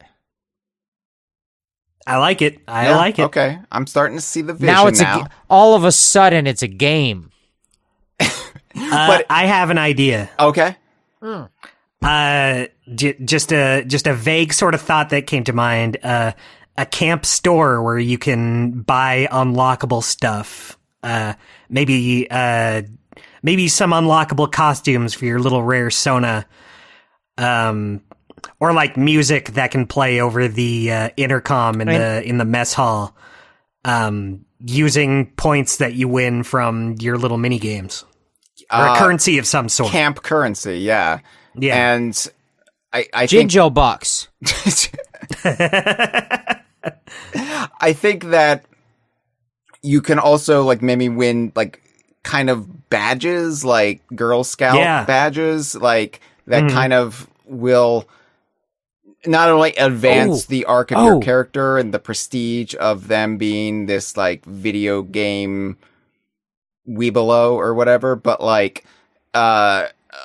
eventually that will then get you into other areas of the hub world, and you can then further the exploration and any mysteries that might be unfolding in the peripheral of the camp. That's basically how the video game Psychonauts works, which I can't believe I didn't think about until now. I know. You get merit badges. And wait, are we they just give pitching you psychic Psychonauts? powers. No. No. Because it's different. Psychonauts is like a linear story. It's like a story, it's a single player linear story, whereas this is a world, and then a living world, a living shared world. It's a world that you're running around and kind of experiencing, and then jumping into online matches. That's separate from that's within the world. But it's not Psychonauts. And by the way, I was thinking, ever since the first time we pitched it, I was thinking Psychonauts, and I was thinking Dustin is gonna love the fact that that Psychonauts is something you can talk about, and I've been waiting for you to bring it up. I just kept waiting, and he kept never not bringing it up. But Psychonauts 2 is probably the best game. Psychonauts 2 is one of the best games. And there's a whole camp. There's a whole forest. It's like a national park, maybe. And there's like a mystery spot and all this stuff. We're gonna talk about what the Camp Jinjo, the camp itself, is like. We should talk about that. We will. But right now, we're really trying to nail down the moment-to-moment game feel of it, and I think we're on to something. But we're almost there. I think that the badge idea, Hyle, is brilliant, and I will tell you that when I had my 4-day mini camp experience, we did not have badges, but we had something similar. The structure of it was the same, but we had beads that went on your personal camp necklace. Beads on a necklace. Can you believe it? Everybody on the first day of camp had to make a necklace that was just like whatever type of string. You know, what's that string that like the moccasins have?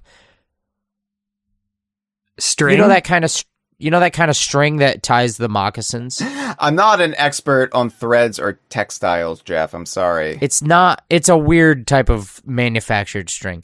And you've got this thing, and you make a necklace out of it. And then they give everyone a bead, and they say, this bead is the bead of completing camp, what's the first day called? It's not called a syllabus. It's your camp onboarding or something, you know what I mean? Everyone, you've completed camp onboarding, you've completed day 1, you earned a bead, and you put it on your necklace, and now go to bed. And then tomorrow, you're going to earn more beads. And then you would go off and you'd complete structured activities like the activity where you have to learn how to build a fire, or tie a knot. And then you get a bead for that. But as the camp would go on, maybe there was an opportunity for a special personalized bead where someone would be like, this kid did the nicest deed of camp, and he gets the bead of niceness. Or like, it essentially nicest like deed of camp. It was like the yearbook superlatives. Yeah. Right. It was like at the end of if you played a sport in middle school and you get to the end of the season and they would give out little micro awards and they'd be like most improved and, greatest smile or whatever. Or they were beads. Smile. Like the ending to Animal House where it just like tells you where what's might happen to them in the future. And, I think that, building up your own like legacy at the camp should be an important part of this. And that's part of like the customization and feeling like you're actually creating a character within this world. So I think like having a sash or something that has your most prominent badges with the badges you want displayed on there. I think that should play a big part of what drives you to continue to play Camp Jinjo. I think, too, that it would play into the choose-your-own-adventure side of it. And I keep coming back to this because for whatever reason in my brain, the choose-your-own-adventure book format is also associated with the time of my life where I might have been at summer camp. But I just think that choice tree is very video gamey, but it's also very thematically childhood, like the choose-your-own-adventures. It just feels like it's that age. You're going to be 12 reading that Goosebumps, And so anyway, with the badges, it could be the case that you could only get this badge or that badge, and you need to decide what to specialize in because you might not be able to get every badge. But then over the course of your camp experience, you've created a personal sash that shows your experiences, and it will not be the same as anyone else's sash because you've made different choices. and you've specialized and had unique experiences. This is a real game. Yeah. Well, that's going to upset the collectathon freaks out there who feel like they have to have the completionist everything. People. Yeah, like me. All right, well, but I understand the vision, and I'm willing to get on board with it. I'm just saying there are going to be people out there who can be like, what do you mean I can't get every badge? Well, what if this? Let me ask you, it is, okay, so the badges are sort of like, in my view, a badge is not an item.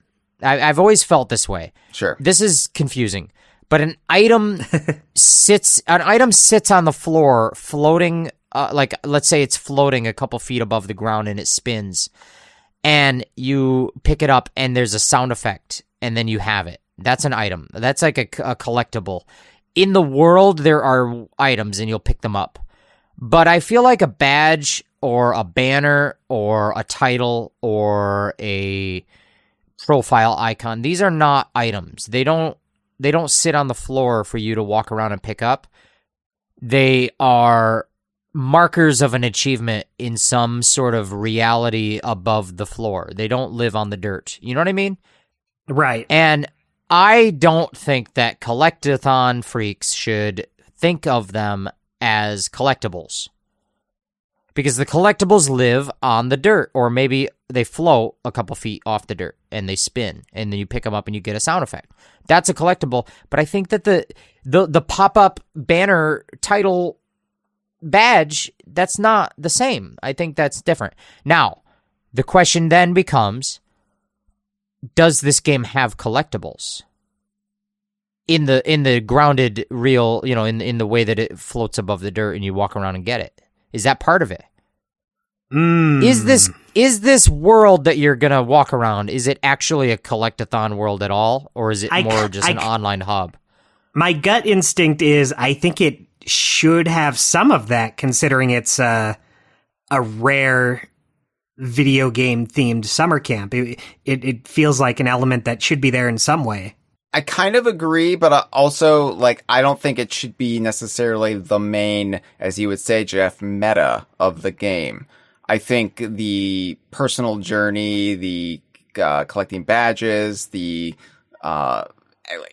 getting access to different areas of the camp, that should be the driving focus. There can be things to collect, and then at the end of each season you can say, I collected all of this stuff, and you can, there is a way to get all of the actual collectibles per camper, but I don't think that should be where all of the focus lies. Yeah, what if in the sense of badges being superlatives in a way, what if collectibles are present and there may be one part of it, but they could be ignored if you're let's say there's a pitch of play the game the way you want to play. That's how a lot of times they'll talk about games. And so let's say in the hub world there are collectibles, maybe also in the mini games when you go into matches there are collectibles sometimes. And maybe you are the type of person that really wants to focus that. And then maybe there are badges that reward that, but they're not the only way to play. Maybe you don't have to be the fastest guy in the three-legged race or the potato sack race, but you are the guy that found the hidden token. and then somebody gets a reward for first place in a race, and that's a real reward. But somebody gets a reward for most hidden tokens, and that's a different reward. And you're kind of doing your choose your own adventure play style way. Right. And you get to play as a turtle. Right. Well, That's important. I think I need to shore up in my head what exactly the camp is and what might be going on beyond just mini games and grabbing tokens that float off the ground slightly. As a location, Camp Jinjo is it's in a forest, right? It's in a wooded area. It's got to be a temperate climate, right? Yeah. The whatever you call the traditional North American summer camp idea. Right. Pine trees, a lake, and The not a lake, the lake. the lake. The right. lake. The lake, right. So we have all of that, and then we have like the surrounding woods, which is where things can get a little bit mysterious. Obviously, there's the cabins, the mess hall, the camp store. I really like that idea, Dustin. And it'd be far more expansive than a real summer camp, which are usually just very small, like tracts of land that they make the most of, usually because there is the lake there. But this can be very, very big if they wanted. And you can also then, I keep harping on this idea, you can sneak out of the camp at night and go to the adjacent town and get up to mischief. That should be a part of it. So I think, can you imagine for me, as a favor, can you imagine? Let's say a map screen. Let's say you pause the game and you look at the map screen, and on the map screen you have some landmarks, and the landmarks are the camp, the lake, the town, the old mine,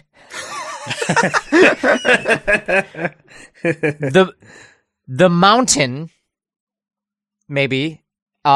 These are some of the landmarks. And the point is that you can sort of explore, as you said, Hyle. I think that having the option is part of it. Now, I think that structured camp life, where you have to hit on all the categories of camp. You need to go and have experiences in the essentials, which is surviving, doing camp sports, learning about nature, and also arts and crafts. Those are the 4 essential elements of life. But in your downtime, and by the way, there is a 5th element of camp, and it's a sort of a secret, so I didn't tell you.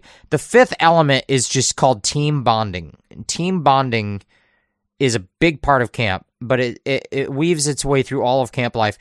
And when it comes to team bonding, there are a lot of things going on, like how you have a cabin, so you have people who are your teammates, but also you have a rival cabin. Mm-hmm. You have the assholes on the other side of the lake at Fuck the those rich guys. the rich kids camp. We don't love them. We hate that. Team bonding. Now, the big capture the flag tournament at the end of camp is everything. The whatever, doesn't have to be capture the flag, but like the big dodgeball game or whatever.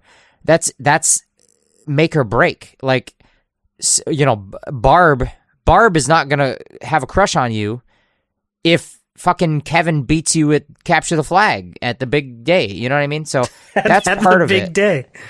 That's that's all. You mentioned the Team rival. bonding. You mentioned the rival camp, which I like. Now, Camp Jinjo. Camp Jinjo. Ooh. Fuck. Perfect. Now, here's my question though: would Camp Jinjo actually be another server or another group of players that have been pulled together from their perspective? They're Camp Jinjo, but That's genius. yeah, You are playing Camp Jinjo and you think you're the good guy, but on someone else's TV, you're showing up as Camp Jinjo and it's Yeah. like angry eyes. Yeah, you are the villain to this other group of players.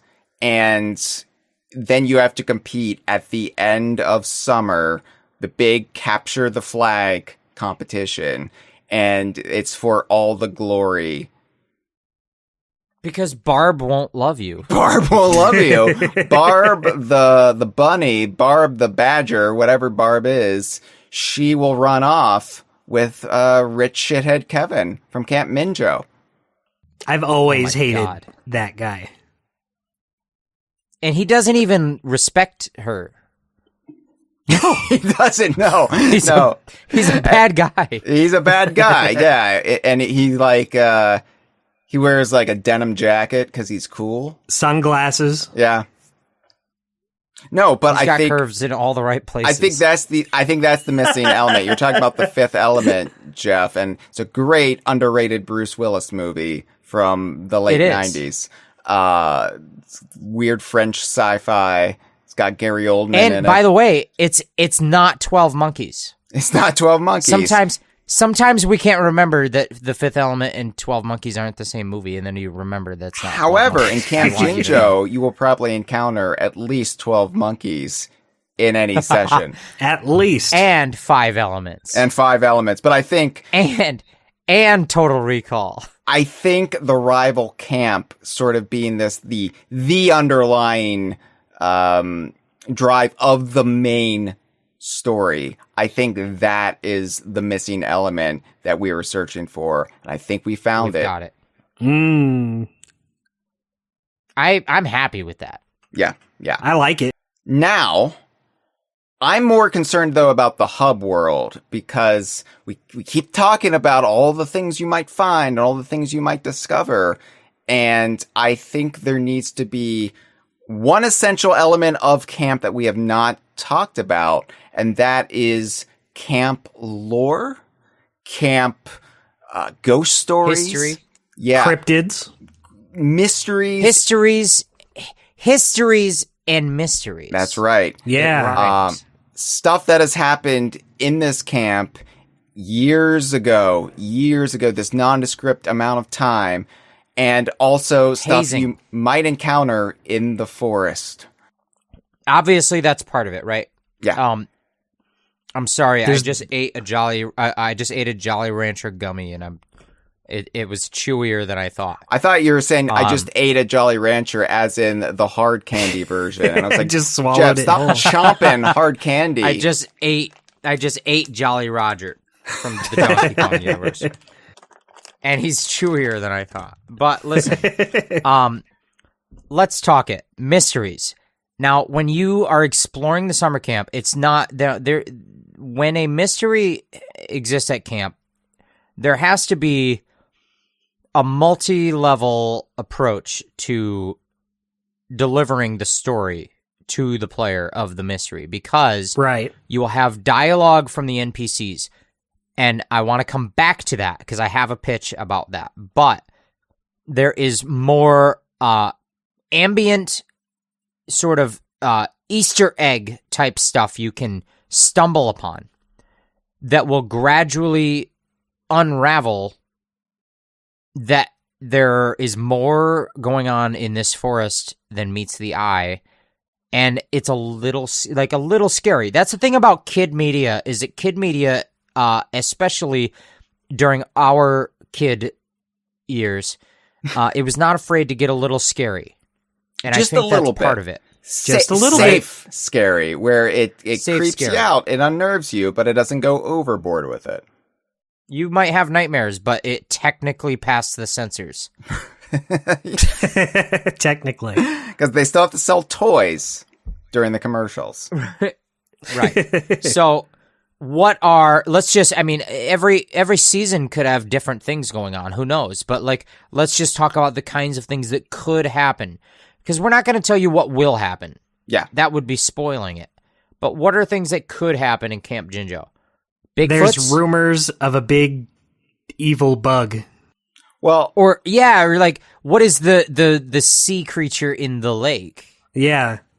So I've already alluded to it, but there is a cryptid in the Shared Rare universe, Saberwolf, the Saberwolf. Oh, the Saberwolf. Saberwolf.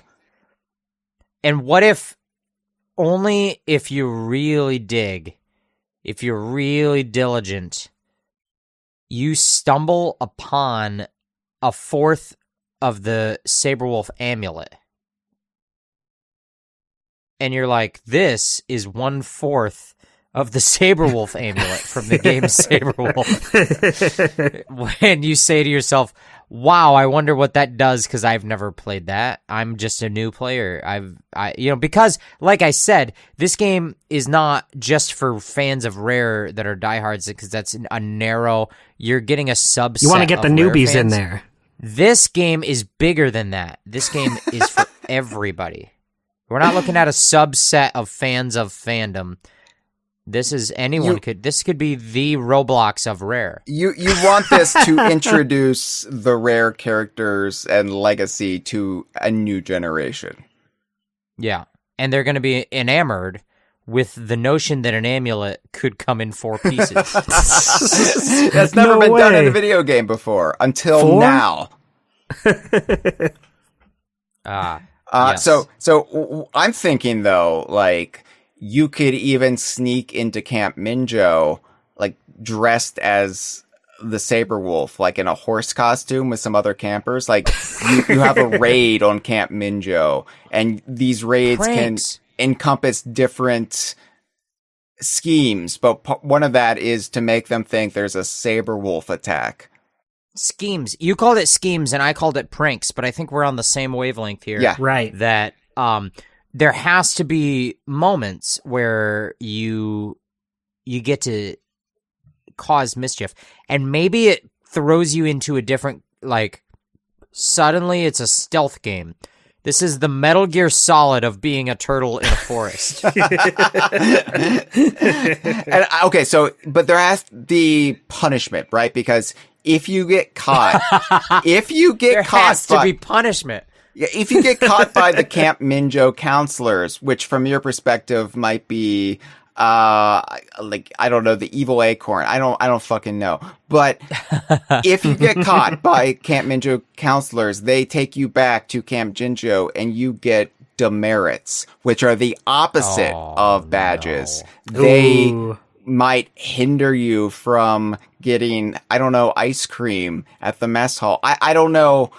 You obviously don't want anything to permanently hold you back from obtaining your goals, but it should throw a wrinkle in the process, right? You could basically get it expunged if you work hard, but like Yeah. Yeah. it's an uphill battle. Yeah. If you get caught in the Saberwolf costume with like 3 other campers or whatever, because it's a team prank or scheme or raid. Or like if you went to the town, which Yeah. is on the map next to the lake and the camp and the old mine, and you go to the town and you get the old man to give you the tequila. Well, I don't think we can promote drinking, underage drinking No. in Camp Jinjo. We're not promoting it because in the game you get in trouble when you do it. Like if you That makes it okay.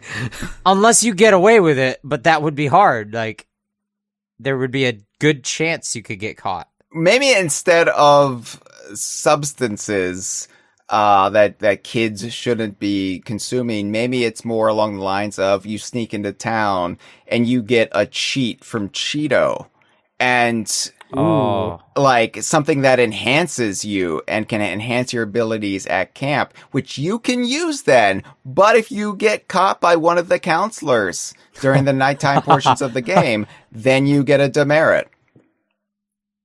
So And you can't use I the like cheat. it. Yeah. You can get cheats and you can use them in online games. Well, it's within reason, right? You're not hacking Yeah. the game. It's what the game provides you. Benefits. We'll call them Right, cheats because of Cheeto. It's a level playing field because anyone playing can also get them. Anybody can get them. That's why you would sneak in town at night to get the cheats from Cheeto. And you don't know what you're going to see if you look into the windows.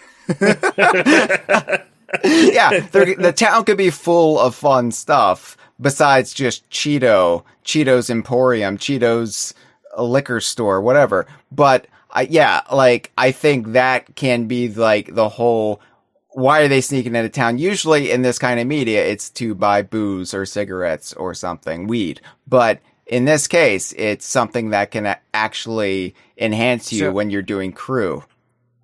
Yeah, and when we talk about a town, I'm not sure maybe if all of the listeners know about camp and everything to do with like, you know, the place around the lake. There might be a town, but it's when we say the town, we're not talking about your town. Okay, we're talking about Camp Town. Camp Right. Town is a very specific type of town, and there's not a lot of people there. And You they're race not, to it. there are certain type of people and it's only so many buildings at Camp Town. There's like, let's call it a roadhouse and maybe a post office, but like there's not a lot. There's like a camp store, but not like a full size. There's no Walmart at Camp Town. There's no major chains. Maybe there's a little hole in the wall bowling alley that might be fun, and the bowling ball is a transformational Kitty Kong. That could happen. It can't be Kitty Kong, but it could be bottles or something. It could be. I forgot that this game could. I almost said it could be made by Rare, but it will be made by Rare. And definitely. Therefore, they cannot put Kitty Kong in it. They can't. Even though he's the quintessential bowling ball. Yeah. Even though Kitty Kong is the talk of the town right now, he's not the talk of this town outside of camp because legally they can't mention him. I'm thinking. I have a suggestion for a place in the town. Yeah. What? Blubber's store, where you can buy a wave racer and unlock a wave racing minigame. And it goes to the lake? Yeah, exactly. It goes to the lake. How do you get it to the lake? He just delivers it? He delivers it. Okay. Yeah. In like a big magic crate drops down from the sky. When I say delivers it, it's like this funny animation of him running and holding it above his head. Yeah, exactly. We see him run all funny. The way there. We see every step. It's in real time. Yeah. Okay. All right. We can have that, Dustin. Thank you. Okay. What would it be called? What's the name of his store? Blubber's Bounties. Blubber's Bounties. Blubber's Try and Buy. Ooh. Something stupid like that. Some stupid bullshit. Right. This town has son of a bitch. This town has to have the vibe of a rural mountain, like almost outpost town. Like Jeff said, There's not a whole lot there. Maybe a fast food restaurant. Maybe a McJiggy's. It's a one bar town. It's like everyone goes to the one bar and there's a line dancing night on Thursdays. The bar has smoking in it because at the time that I can picture this bar, smoking was legal at bars. And for that reason, they're smoking. And there's peanut shells on the floor. And then there's a jukebox. And at the jukebox, you can unlock more songs. No way. Yeah. Maybe there's also an arcade machine at the bar, like a classic Rare coin-op game or, Killer Instinct or something. Nice. Yeah, or like pull tabs. Keno. All of that stuff. I don't know. Yeah. The game has actual fully real gambling is in Camp Jinjo the game.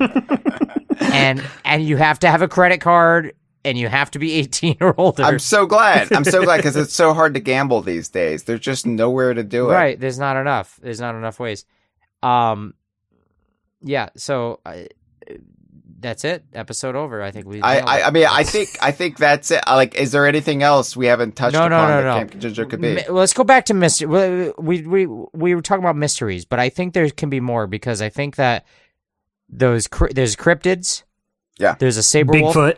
I think that when you look at this being a hub world with different regions, and there's the camp and the lake and the town and the mountain and the old mine, when you talk about mysteries, it has to weave into the dialogue. It has to weave into the fact that the NPCs are DKU characters, that the camp counselor, like maybe there's a head of every cabin, and if you're at Tiger Cabin, then the camp counselor is Timber the Tiger, or for example, it's, anyone. That's an option. But then when it relates to the mysteries, here's the pitch. Only at special event moments can you log into Camp Jinjo for campfire stories.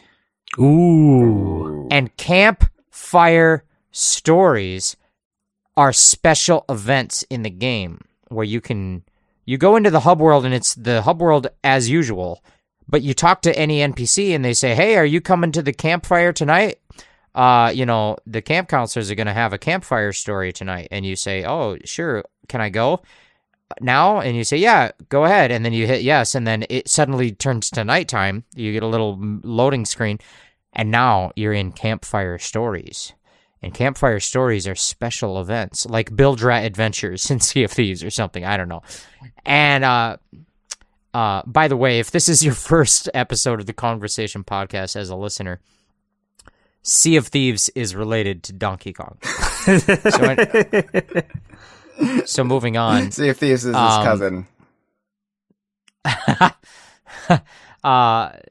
So campfire stories. These are all, by the way, each of the first letters in those three words are capitalized, and then there's a TM at the end. Campfire stories. It's nighttime. You're in a campfire story moment. You go to the campfire, which is at the center of the camp. And the camp counselor, who knows who it is? Every time it's someone different. Maybe this time it's Boggy. He's a polar bear. You're so right. And he starts to tell a campfire story. And suddenly the scene shifts and you are in the story. You are experiencing a tale that is a narrative within the fiction that the character is telling. And you get to live through it. It turns the story into a playable moment. You are in the play of it. And it will be a narrative tale, but also gameplay. It's a game. It's like a adventure in Sea of Thieves. Right. You jumped into the adventure, and then you could play through that. And these are special moments that only happen sometimes. And then that will expand the lore of the Camp Jinjo itself, and it will open up to you details about the mysteries that can unfold, like the weird magnetic field up in the north and the strange scratches that happen on the trees. What is that? Is that a saber wolf? We don't know. And what if there was strange lights at night and the lights are from the sky of UFOs? Anything can happen at camp. And you're sort of elevated by the seclusion of the forest, but all of this is possible. But then it plays out through campfire stories. I like it. I actually love it, and also you should be able to explore and have a very, very random chance of encountering something spoopy. Like you mentioned the UFOs, and I'm thinking it could be like the Banjo-Kazooie space aliens. That's exactly what I was thinking too. Yeah, right. Yeah. But you need to dive deeper into the you can find little hints at it, but only if you pick up on those hints can you get enough details to find the places you need to look to find more. And if you've gone to find more, then suddenly the activity will increase and you'll unlock new encounters that can happen that will expand on the mystery. Now we've got to have we've got to have a legend in there about a camper who died, a camper who drowned, or he had a hook for a hand. There's got to be somebody with a hook for the hand, and it can be it can even be a known character. I'm trying to think. In Banjo-Kazooie, there were Fiddlesworth. Why Fiddlesworth? I don't know. It just came to mind. Think he died at camp. I don't know if we would have any Grab by the Ghoulies characters, though. What? Oh, well, if we're just maybe Worm. What about Worm? Worm. Yeah, we could have the Worm. maybe a it's ghoulie. The final ghoulie. Yeah, a ghoulie could play into one of the camp legends. There was a zombie in the woods. An errant ghoulie has been living on the fringes of Camp Jinjo for years. I swear I saw a skeleton walking around, and then he was wearing a chef's hat. Yeah, because I was thinking, like, would the cook in the mess hall be like Ma Soup's will? It's like, no, that wouldn't work. But I think you could even have that Could be a be Big DKU Gal. character. Could be Al and Big Al. Salty Joe. Big Al and Salty in the Joe. food. Boom. Don't eat the camp food. Am I Yeah, right? because they're so gross, just like all of Yeah. the chefs in kids media.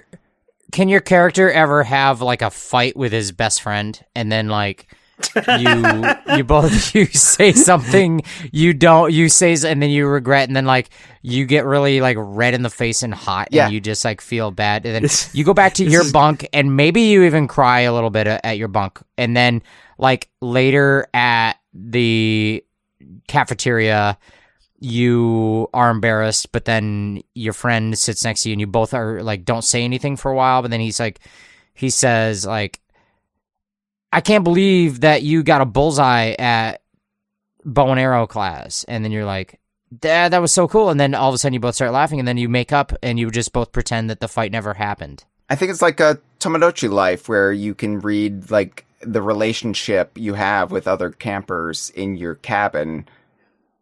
Like, you know exactly where you stand with them at all times. I just like, I want that feeling where you get like really hot in the face and like you want to cry a little bit, but you're like just you're so angry, but you're embarrassed too. You can put that on the back of the box.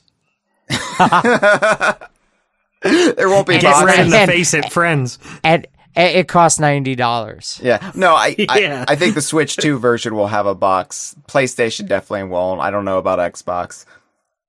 Well, Xbox is called Xbox. It better have a box. It better I'm have a so box. fucking That's pissed. part of the God damn it! selling point. Can your camper write a letter to his mom? Yes, you can. Of course. Like, that's actually part of it. You have to write home, and you can actually request things to be sent by your parents. So You could get care packages, but like what you do influences what your parents are willing to send. How Right. good is your letter? You have to earn it. if you're a rotten little shit, or if you're not pulling your way to camp, and they're thinking You you're don't get just, that box of cookies. No, yeah, but yeah, and then what they send can then further influence the evolving world of Camp Jinjo. Because yeah, if you have cookies, maybe you can bribe one of the camp counselors. Yeah, that's good. Oh. Okay, well, we talked about the counselors, and we talked about, like, you go online to play matches, and assuming everyone else in the match are other campers that are players that are all turtles, or, for example, Mouse. But in the hub world, when you're walking around, there's NPCs that are counselors, but there should be NPCs that are other campers. And I was wondering, because you mentioned Ma Soupswill, and you mentioned Fiddlesworth, and it makes you beg the question of whether there are human beings in this world of Camp Jinjo, which I think there's no reason there can't be, because you look at Banjo, and there's like Humba Wumba, like there's human beings are around. Yeah. Captain Black Eye. But what if there's NPC campers that you can interact with? And that obviously will play into all of the mysteries and stories and interactions, because you talk to them and you can, they're not all going to be other players, right? Some Right, of it is so you can get some planned occurrences. You don't have to rely on someone else reacting in a specific way to make something happen. Authored story dialogue that is written, not just strangers from the computer. Would those be just random new characters too, or would you maybe get what if Bottles 2 kids were in there? What if well, I have an idea. Okay. And this is a little tricky because I don't know. Is it tricky? It's not tricky. Oh, it's similar. Okay, I was gonna it's say, actually that might be it is a leak. character that, so legally it would require Rare to use a character that is technically owned by Nintendo. And because Rare does have some level of relationship with Nintendo now, it is not as far-fetched as it once seemed. Okay. But if there were characters that could roam around the camp, they could be other campers. They could be other kids at the camp. And you're a turtle and this is some other kid. And and you want to go talk to them. And, there's no reason that in a Banjo-Kazooie camp that there can't be human beings like Humba Wumba, like Captain Black Eye. So if they could go to Nintendo and they could get access to a character and his name is Clarence Ferguson and he is your best friend at camp. And it doesn't matter who you are. Every copy of Camp Jinjo comes with him as your best friend.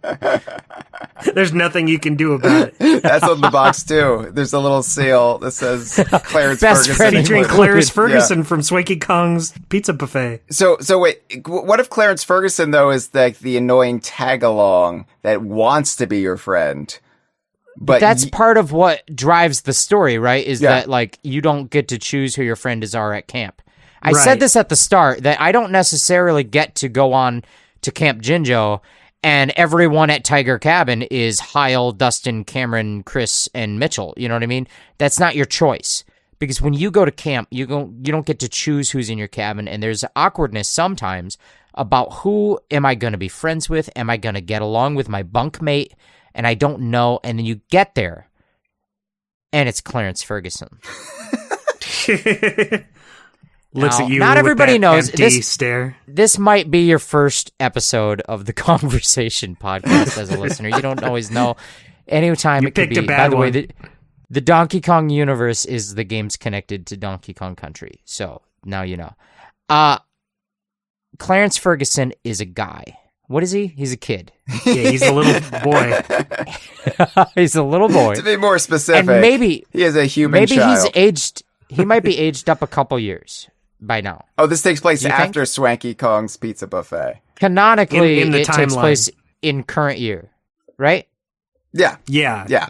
No, yeah. This So- isn't a prequel. The Camp Jinjo is not a prequel. There's all these theorists out there who try to say it's a prequel, and actually, it's the original Donkey Kong. yeah, that's actually Banjo's father in the camp. It's like, no, it's Banjo. Leave it alone. Oh, yeah, they're like, oh, but what if Banjo's father and Kazooie's mother were both a bear and a bird? Shut up. But I have one more pitch. Okay. Among the counselors, sometimes, see, I personally went to summer camp for 4 days. For 4 days, Jeff, you're not pretty much for an 4 expert. days. I mean, I know between No. the three of us, you have the most That's experience. the most. That's so much more than you. And when I went, I was born 1 minute earlier. I built a necklace with beads. All right, I put a pipette into. Uh-huh. I put a pipette into a, what do they call that plant? There's a plant that is shaped like a bell and it's got juice inside. What's it called? It's like a bell sprout. pitcher plant? It's a pitcher plant. That's what they call it. I put a pipette into a pitcher plant and I sucked out microbials and then I looked at them on a microscope slide. That's cool. And then I got a bead for it to put on my necklace. Now, all of these are things that happened. I was in the Tiger Cabin, and one of the things that happened is that the counselors, or they weren't called counselors, they were called chaperones. The chaperones were volunteer parents. And my dad was a volunteer chaperone. And he slept in the Tiger Cabin with us. And he was the coolest. And all the kids said he was the coolest chaperone. And we built a tree fort. We built a forest survival hut, and he helped us, and it was the best. And we won the contest, and we all got beads for our necklace. Now, my point to bring all this up is that in the canon of Nintendo, the history of Nintendo, they have a lot of characters, and one of them is called Clarence Ferguson's dad. And he could be a chaperone, like an adult. You know, the thing is that at camp and the movies, the counselors are usually sort of like young adults or teenagers or 20-somethings. But there also oftentimes is like one real adult camp manager. And I don't know what they're called. Sometimes they're called Cheryl or something. But like in this case, they could be Clarence Ferguson's dad. And so like Banjo is, in charge of canoe races, but he is just one of the counselors, and the guy who manages camp is Clarence Ferguson's dad. The administrator, the camp administrator. Camp administrator. Or the lunch lady or something. Or he lives at town. He lives in the town. Do you remember? There's the town. There's the camp, the old mine, and the town. Right. And maybe at the town there's like a motel. And at the motel is Clarence Ferguson's dad. But my point is this: is that sometimes you can talk to NPCs, and that's great. But sometimes the NPCs are moving on and about, and they're talking to each other, having their own little lives, like a Tomodachi life. Right, they have their own little schedules. You can go around and just sort of eavesdrop or like watch. You can like come in and see what they're talking about. You can listen from the bushes, and they don't know you're listening in. You could learn how to sneak. That could be one of your badges. You peep through the peephole. It becomes a stealth game like Metal Gear Solid. And like you hear Clarence Ferguson, who's one of the campers, and he's in your cabin. He's your bunkmate, and he's talking, and he says, "Her, dad, hey, dad, What? hey, dad, yeah, hey, dad, listen, What? I talk so much faster now because I got more confident in the ensuing years since the last time that, when we used to go to Swanky Kong's Pizza Buffet. Do you remember that, Dad? No. Do you remember that remember Dad, that you used to play the wave race machine at Swanky Kong's Pizza Buffet, but now you have a real wave race because you bought it at Blubber's store? Yeah, that one I know. What do you want? What? Dad.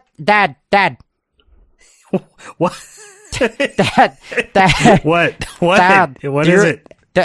Do you remember it how out. Miss Casey said that it is natural to get erections, but you can't tell everyone all the time about it? I remember Miss Casey. Yeah, that. Don't you think I'm doing a good job about it now? Am I doing a good job about it, Dad? Sure. Go away now.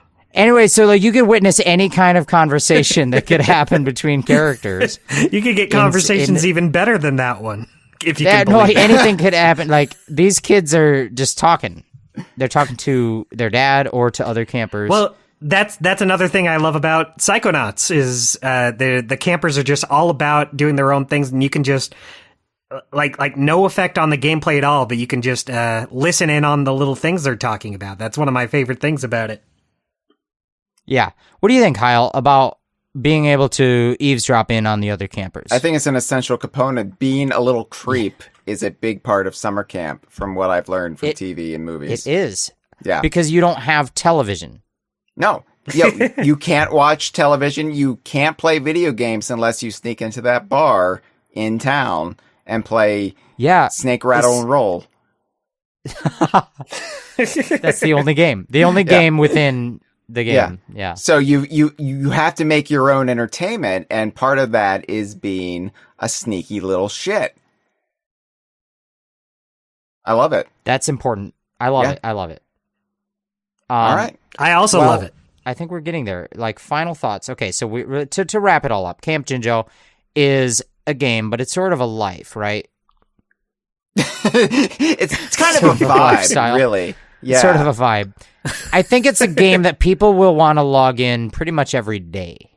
They'll want to play it nonstop. I think they'll want to quit their jobs and leave their families. It could be and just a little bit of live. a cozy game. A little bit of it could be the next Animal Crossing that like you're getting in every day to get your camp experience for the day. Every day you have make your little crafts. Yeah, your crafts. I think you could weave a basket. Yeah, I think like unlike Swanky Kong's Pizza Buffet, which like recreates a very formative childhood experience for some, I think this is more in the vein of the cozy games. But it also really just lets you inhabit a small corner of Rare's shared universe, what we at DK Vine refer to as the DKU. And I think not only do you get to do that, but you get to do it through your own character introduced to this world, your Rare Sona. Right. And well, it's the first time that a Rare game would then finally reconnect with Nintendo to partnership on having one of their characters in it. Like, Rare had the famous partnership with Nintendo, but now we're talking 25 years later, they get Clarence Ferguson from Nintendo. Yeah, right. Which I think maybe that could even be a shared IP between the two. It just... Yeah, it's tricky. Yeah. Yeah, like Tricky, he's a Star Fox character, but then there's also the Diddy Kong Racing version, and it's kind of shared. Just have to get the okay. Yeah, maybe they change Clarence Ferguson's design just a little bit whenever they use him. Yeah, right. And he's his personality is developed a little bit. Hey, Dad. What? Dad. What look is at it? Look at the checks. Look, Dad. See, look at this. Look. I wish you weren't around. What? Look at that. Can you believe that? Oh wow. you know what, son? You usually annoy the bejesus out of me, but that's pretty cool. That's actually cool, man. I heard that the other guys are gonna go. That they're gonna sneak out to go to Camp Jinjo and dress as Cyberwolf. Yeah, and then Dad, what? What? Dad, what is it? Banjo the Bear is the counselor, and he told me that aliens are real. Do you believe that aliens they are whatever, just yeah. That erections are natural to have, right? And it's okay, but as long as I don't tell everyone about it. Like Miss Casey said. Remember that, Dad? Yeah, I guess, son. Can we go to the town and buy pull tabs and play Keno? Yes, so, I will do that. Like the options are pretty endless with it. I think that every season they could update. They could have different events. They could sort of like expand. New mysteries will come and go, and stories will unfold. You know what I mean? I don't know. I don't think we know how to end this. Is the problem? Just it's basically an endless well of possibilities. Okay. Final. We'll go around. Round table. 5 words. 5 words. One brand new idea about Camp Jinjo. Leave it all on the table. Hyle, you have 5 words. Are we doing haikus? What is... Okay. Tell me an idea in 5 words. Okay. Poison ivy rashes in infirmary.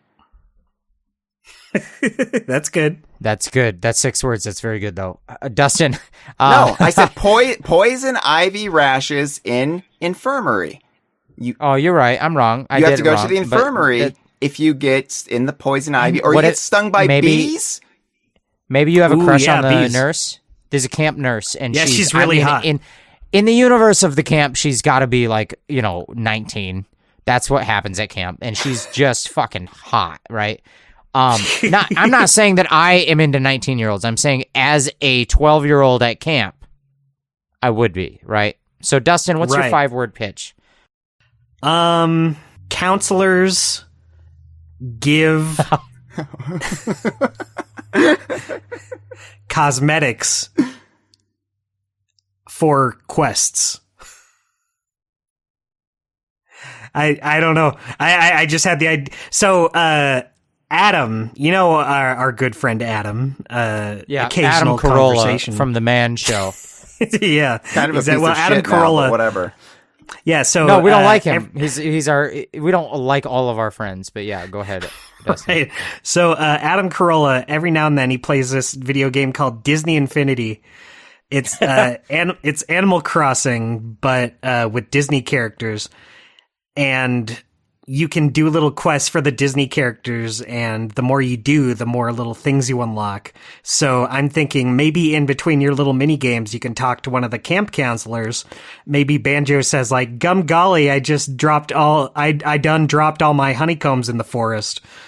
Maybe if you go into the forest and he asks you to get his honeycombs for him, you get all the honeycombs, you bring them back. And he says, well, gadzooks, thanks a lot, kid. Here's a pair of Mr. Pants' underwear that you can use for your cabin flag. I love it. Yeah, I love it. You can decorate the cabin as a team. Yeah. Love that. Yeah, but, for sure. But if you get those honeycombs, you might be stung by bees, which would send you to the infirmary for the day. That's true, see? And you have a crush on the nurse, but while you're there, she steps aside and she thinks you can't overhear what she's talking about, but she's talking to another camp counselor that's her age, and they're like flirting, and then you feel kind of like sad and sick to your stomach because these two 19-year-olds are in love. And it hurts even feel worse like when you hear them it's the talking first about... time your heart breaks. No, what if instead of a hot 19-year-old, it's Mrs. Bottles? And she's hot as fuck. And you just have a crush on her. And she's talking to Mr. Bottles, and you get like really red in the face and embarrassed. No, she left him. She left him in nuts and bolts. She's but on the this has been so long. No. We could get back together. She's flirting with a different camp counselor. She's flirting with. And by the way, can I just say that when Dustin said his whole story about Adam Carolla, he said Disney Infinity, but he was talking about Disney Dreamlight Valley. Yeah, I meant Disney Dreamlight Valley. Wow. Of course, we all know you. It was so fucking obvious what you meant, but we have to say it on the air. We have to give Dustin a demerit now. Yeah, you're gonna get a demerit. I have to do my 5 words. You didn't even let me do my 5 words yet. Okay. I got it. 5 words. You can write mom letters. Is that a new idea? That's not a new idea. We already said that. All right, fine. Why are you doing one? You can bring your Game Boy. No video games allowed. Remember. Oh, no. You have to go to the arcade. Oh, what if you have like let's say there's not a Game Boy, of course, but what if you do have some stuff you snuck in? All right, I'm gonna redo my 5 words. My 5 words are you can sneak things in. And we'll leave it at that. We've already said you can sneak things in, though. That's not a new Since idea. When? Oh my god, this is hard. I know such good ideas. These are good ideas. All right, okay. You can see a moose. There we go. That's 5 words. Milky the Moose? Milky the Moose. Milky the Moose is in it. That doesn't sell Camp Jinjo. 5 words. Milky the Moose is in. Hyle, the end credits are already playing. They're being played out. It's too late. Que rico. Dear ma'am, camp is going good. How are you? Did Hank get any more cool guns? It has been hard to make friends at first, but I have a very cool bunkmate. He is a turtle, and his name is Nip Tup. What does that mean? Dad is doing good. He likes to go to the town because they have pull tabs on Kino. Life at camp is so cool, except there is another camp on the other side of the lake named Camp Jinjo. I hate those guys. I've been learning so much, like compass class and to weave a basket. I even found the old mine and made a friend there. He said he's called the Beast, so I call him Mr. Beast, but I don't know what he is. He told me that he came from a portal to hell in a place called Michigan. Is that far away? Anyway, tell Miss Casey that I have been very good, even though I sometimes have elections. But that's perfectly natural, right? I love you. Signed, Clarence. P.S. I sneaked my iPod into camp so I could listen to the Kongversation podcast, and it is so funny. I don't like Jeff, though.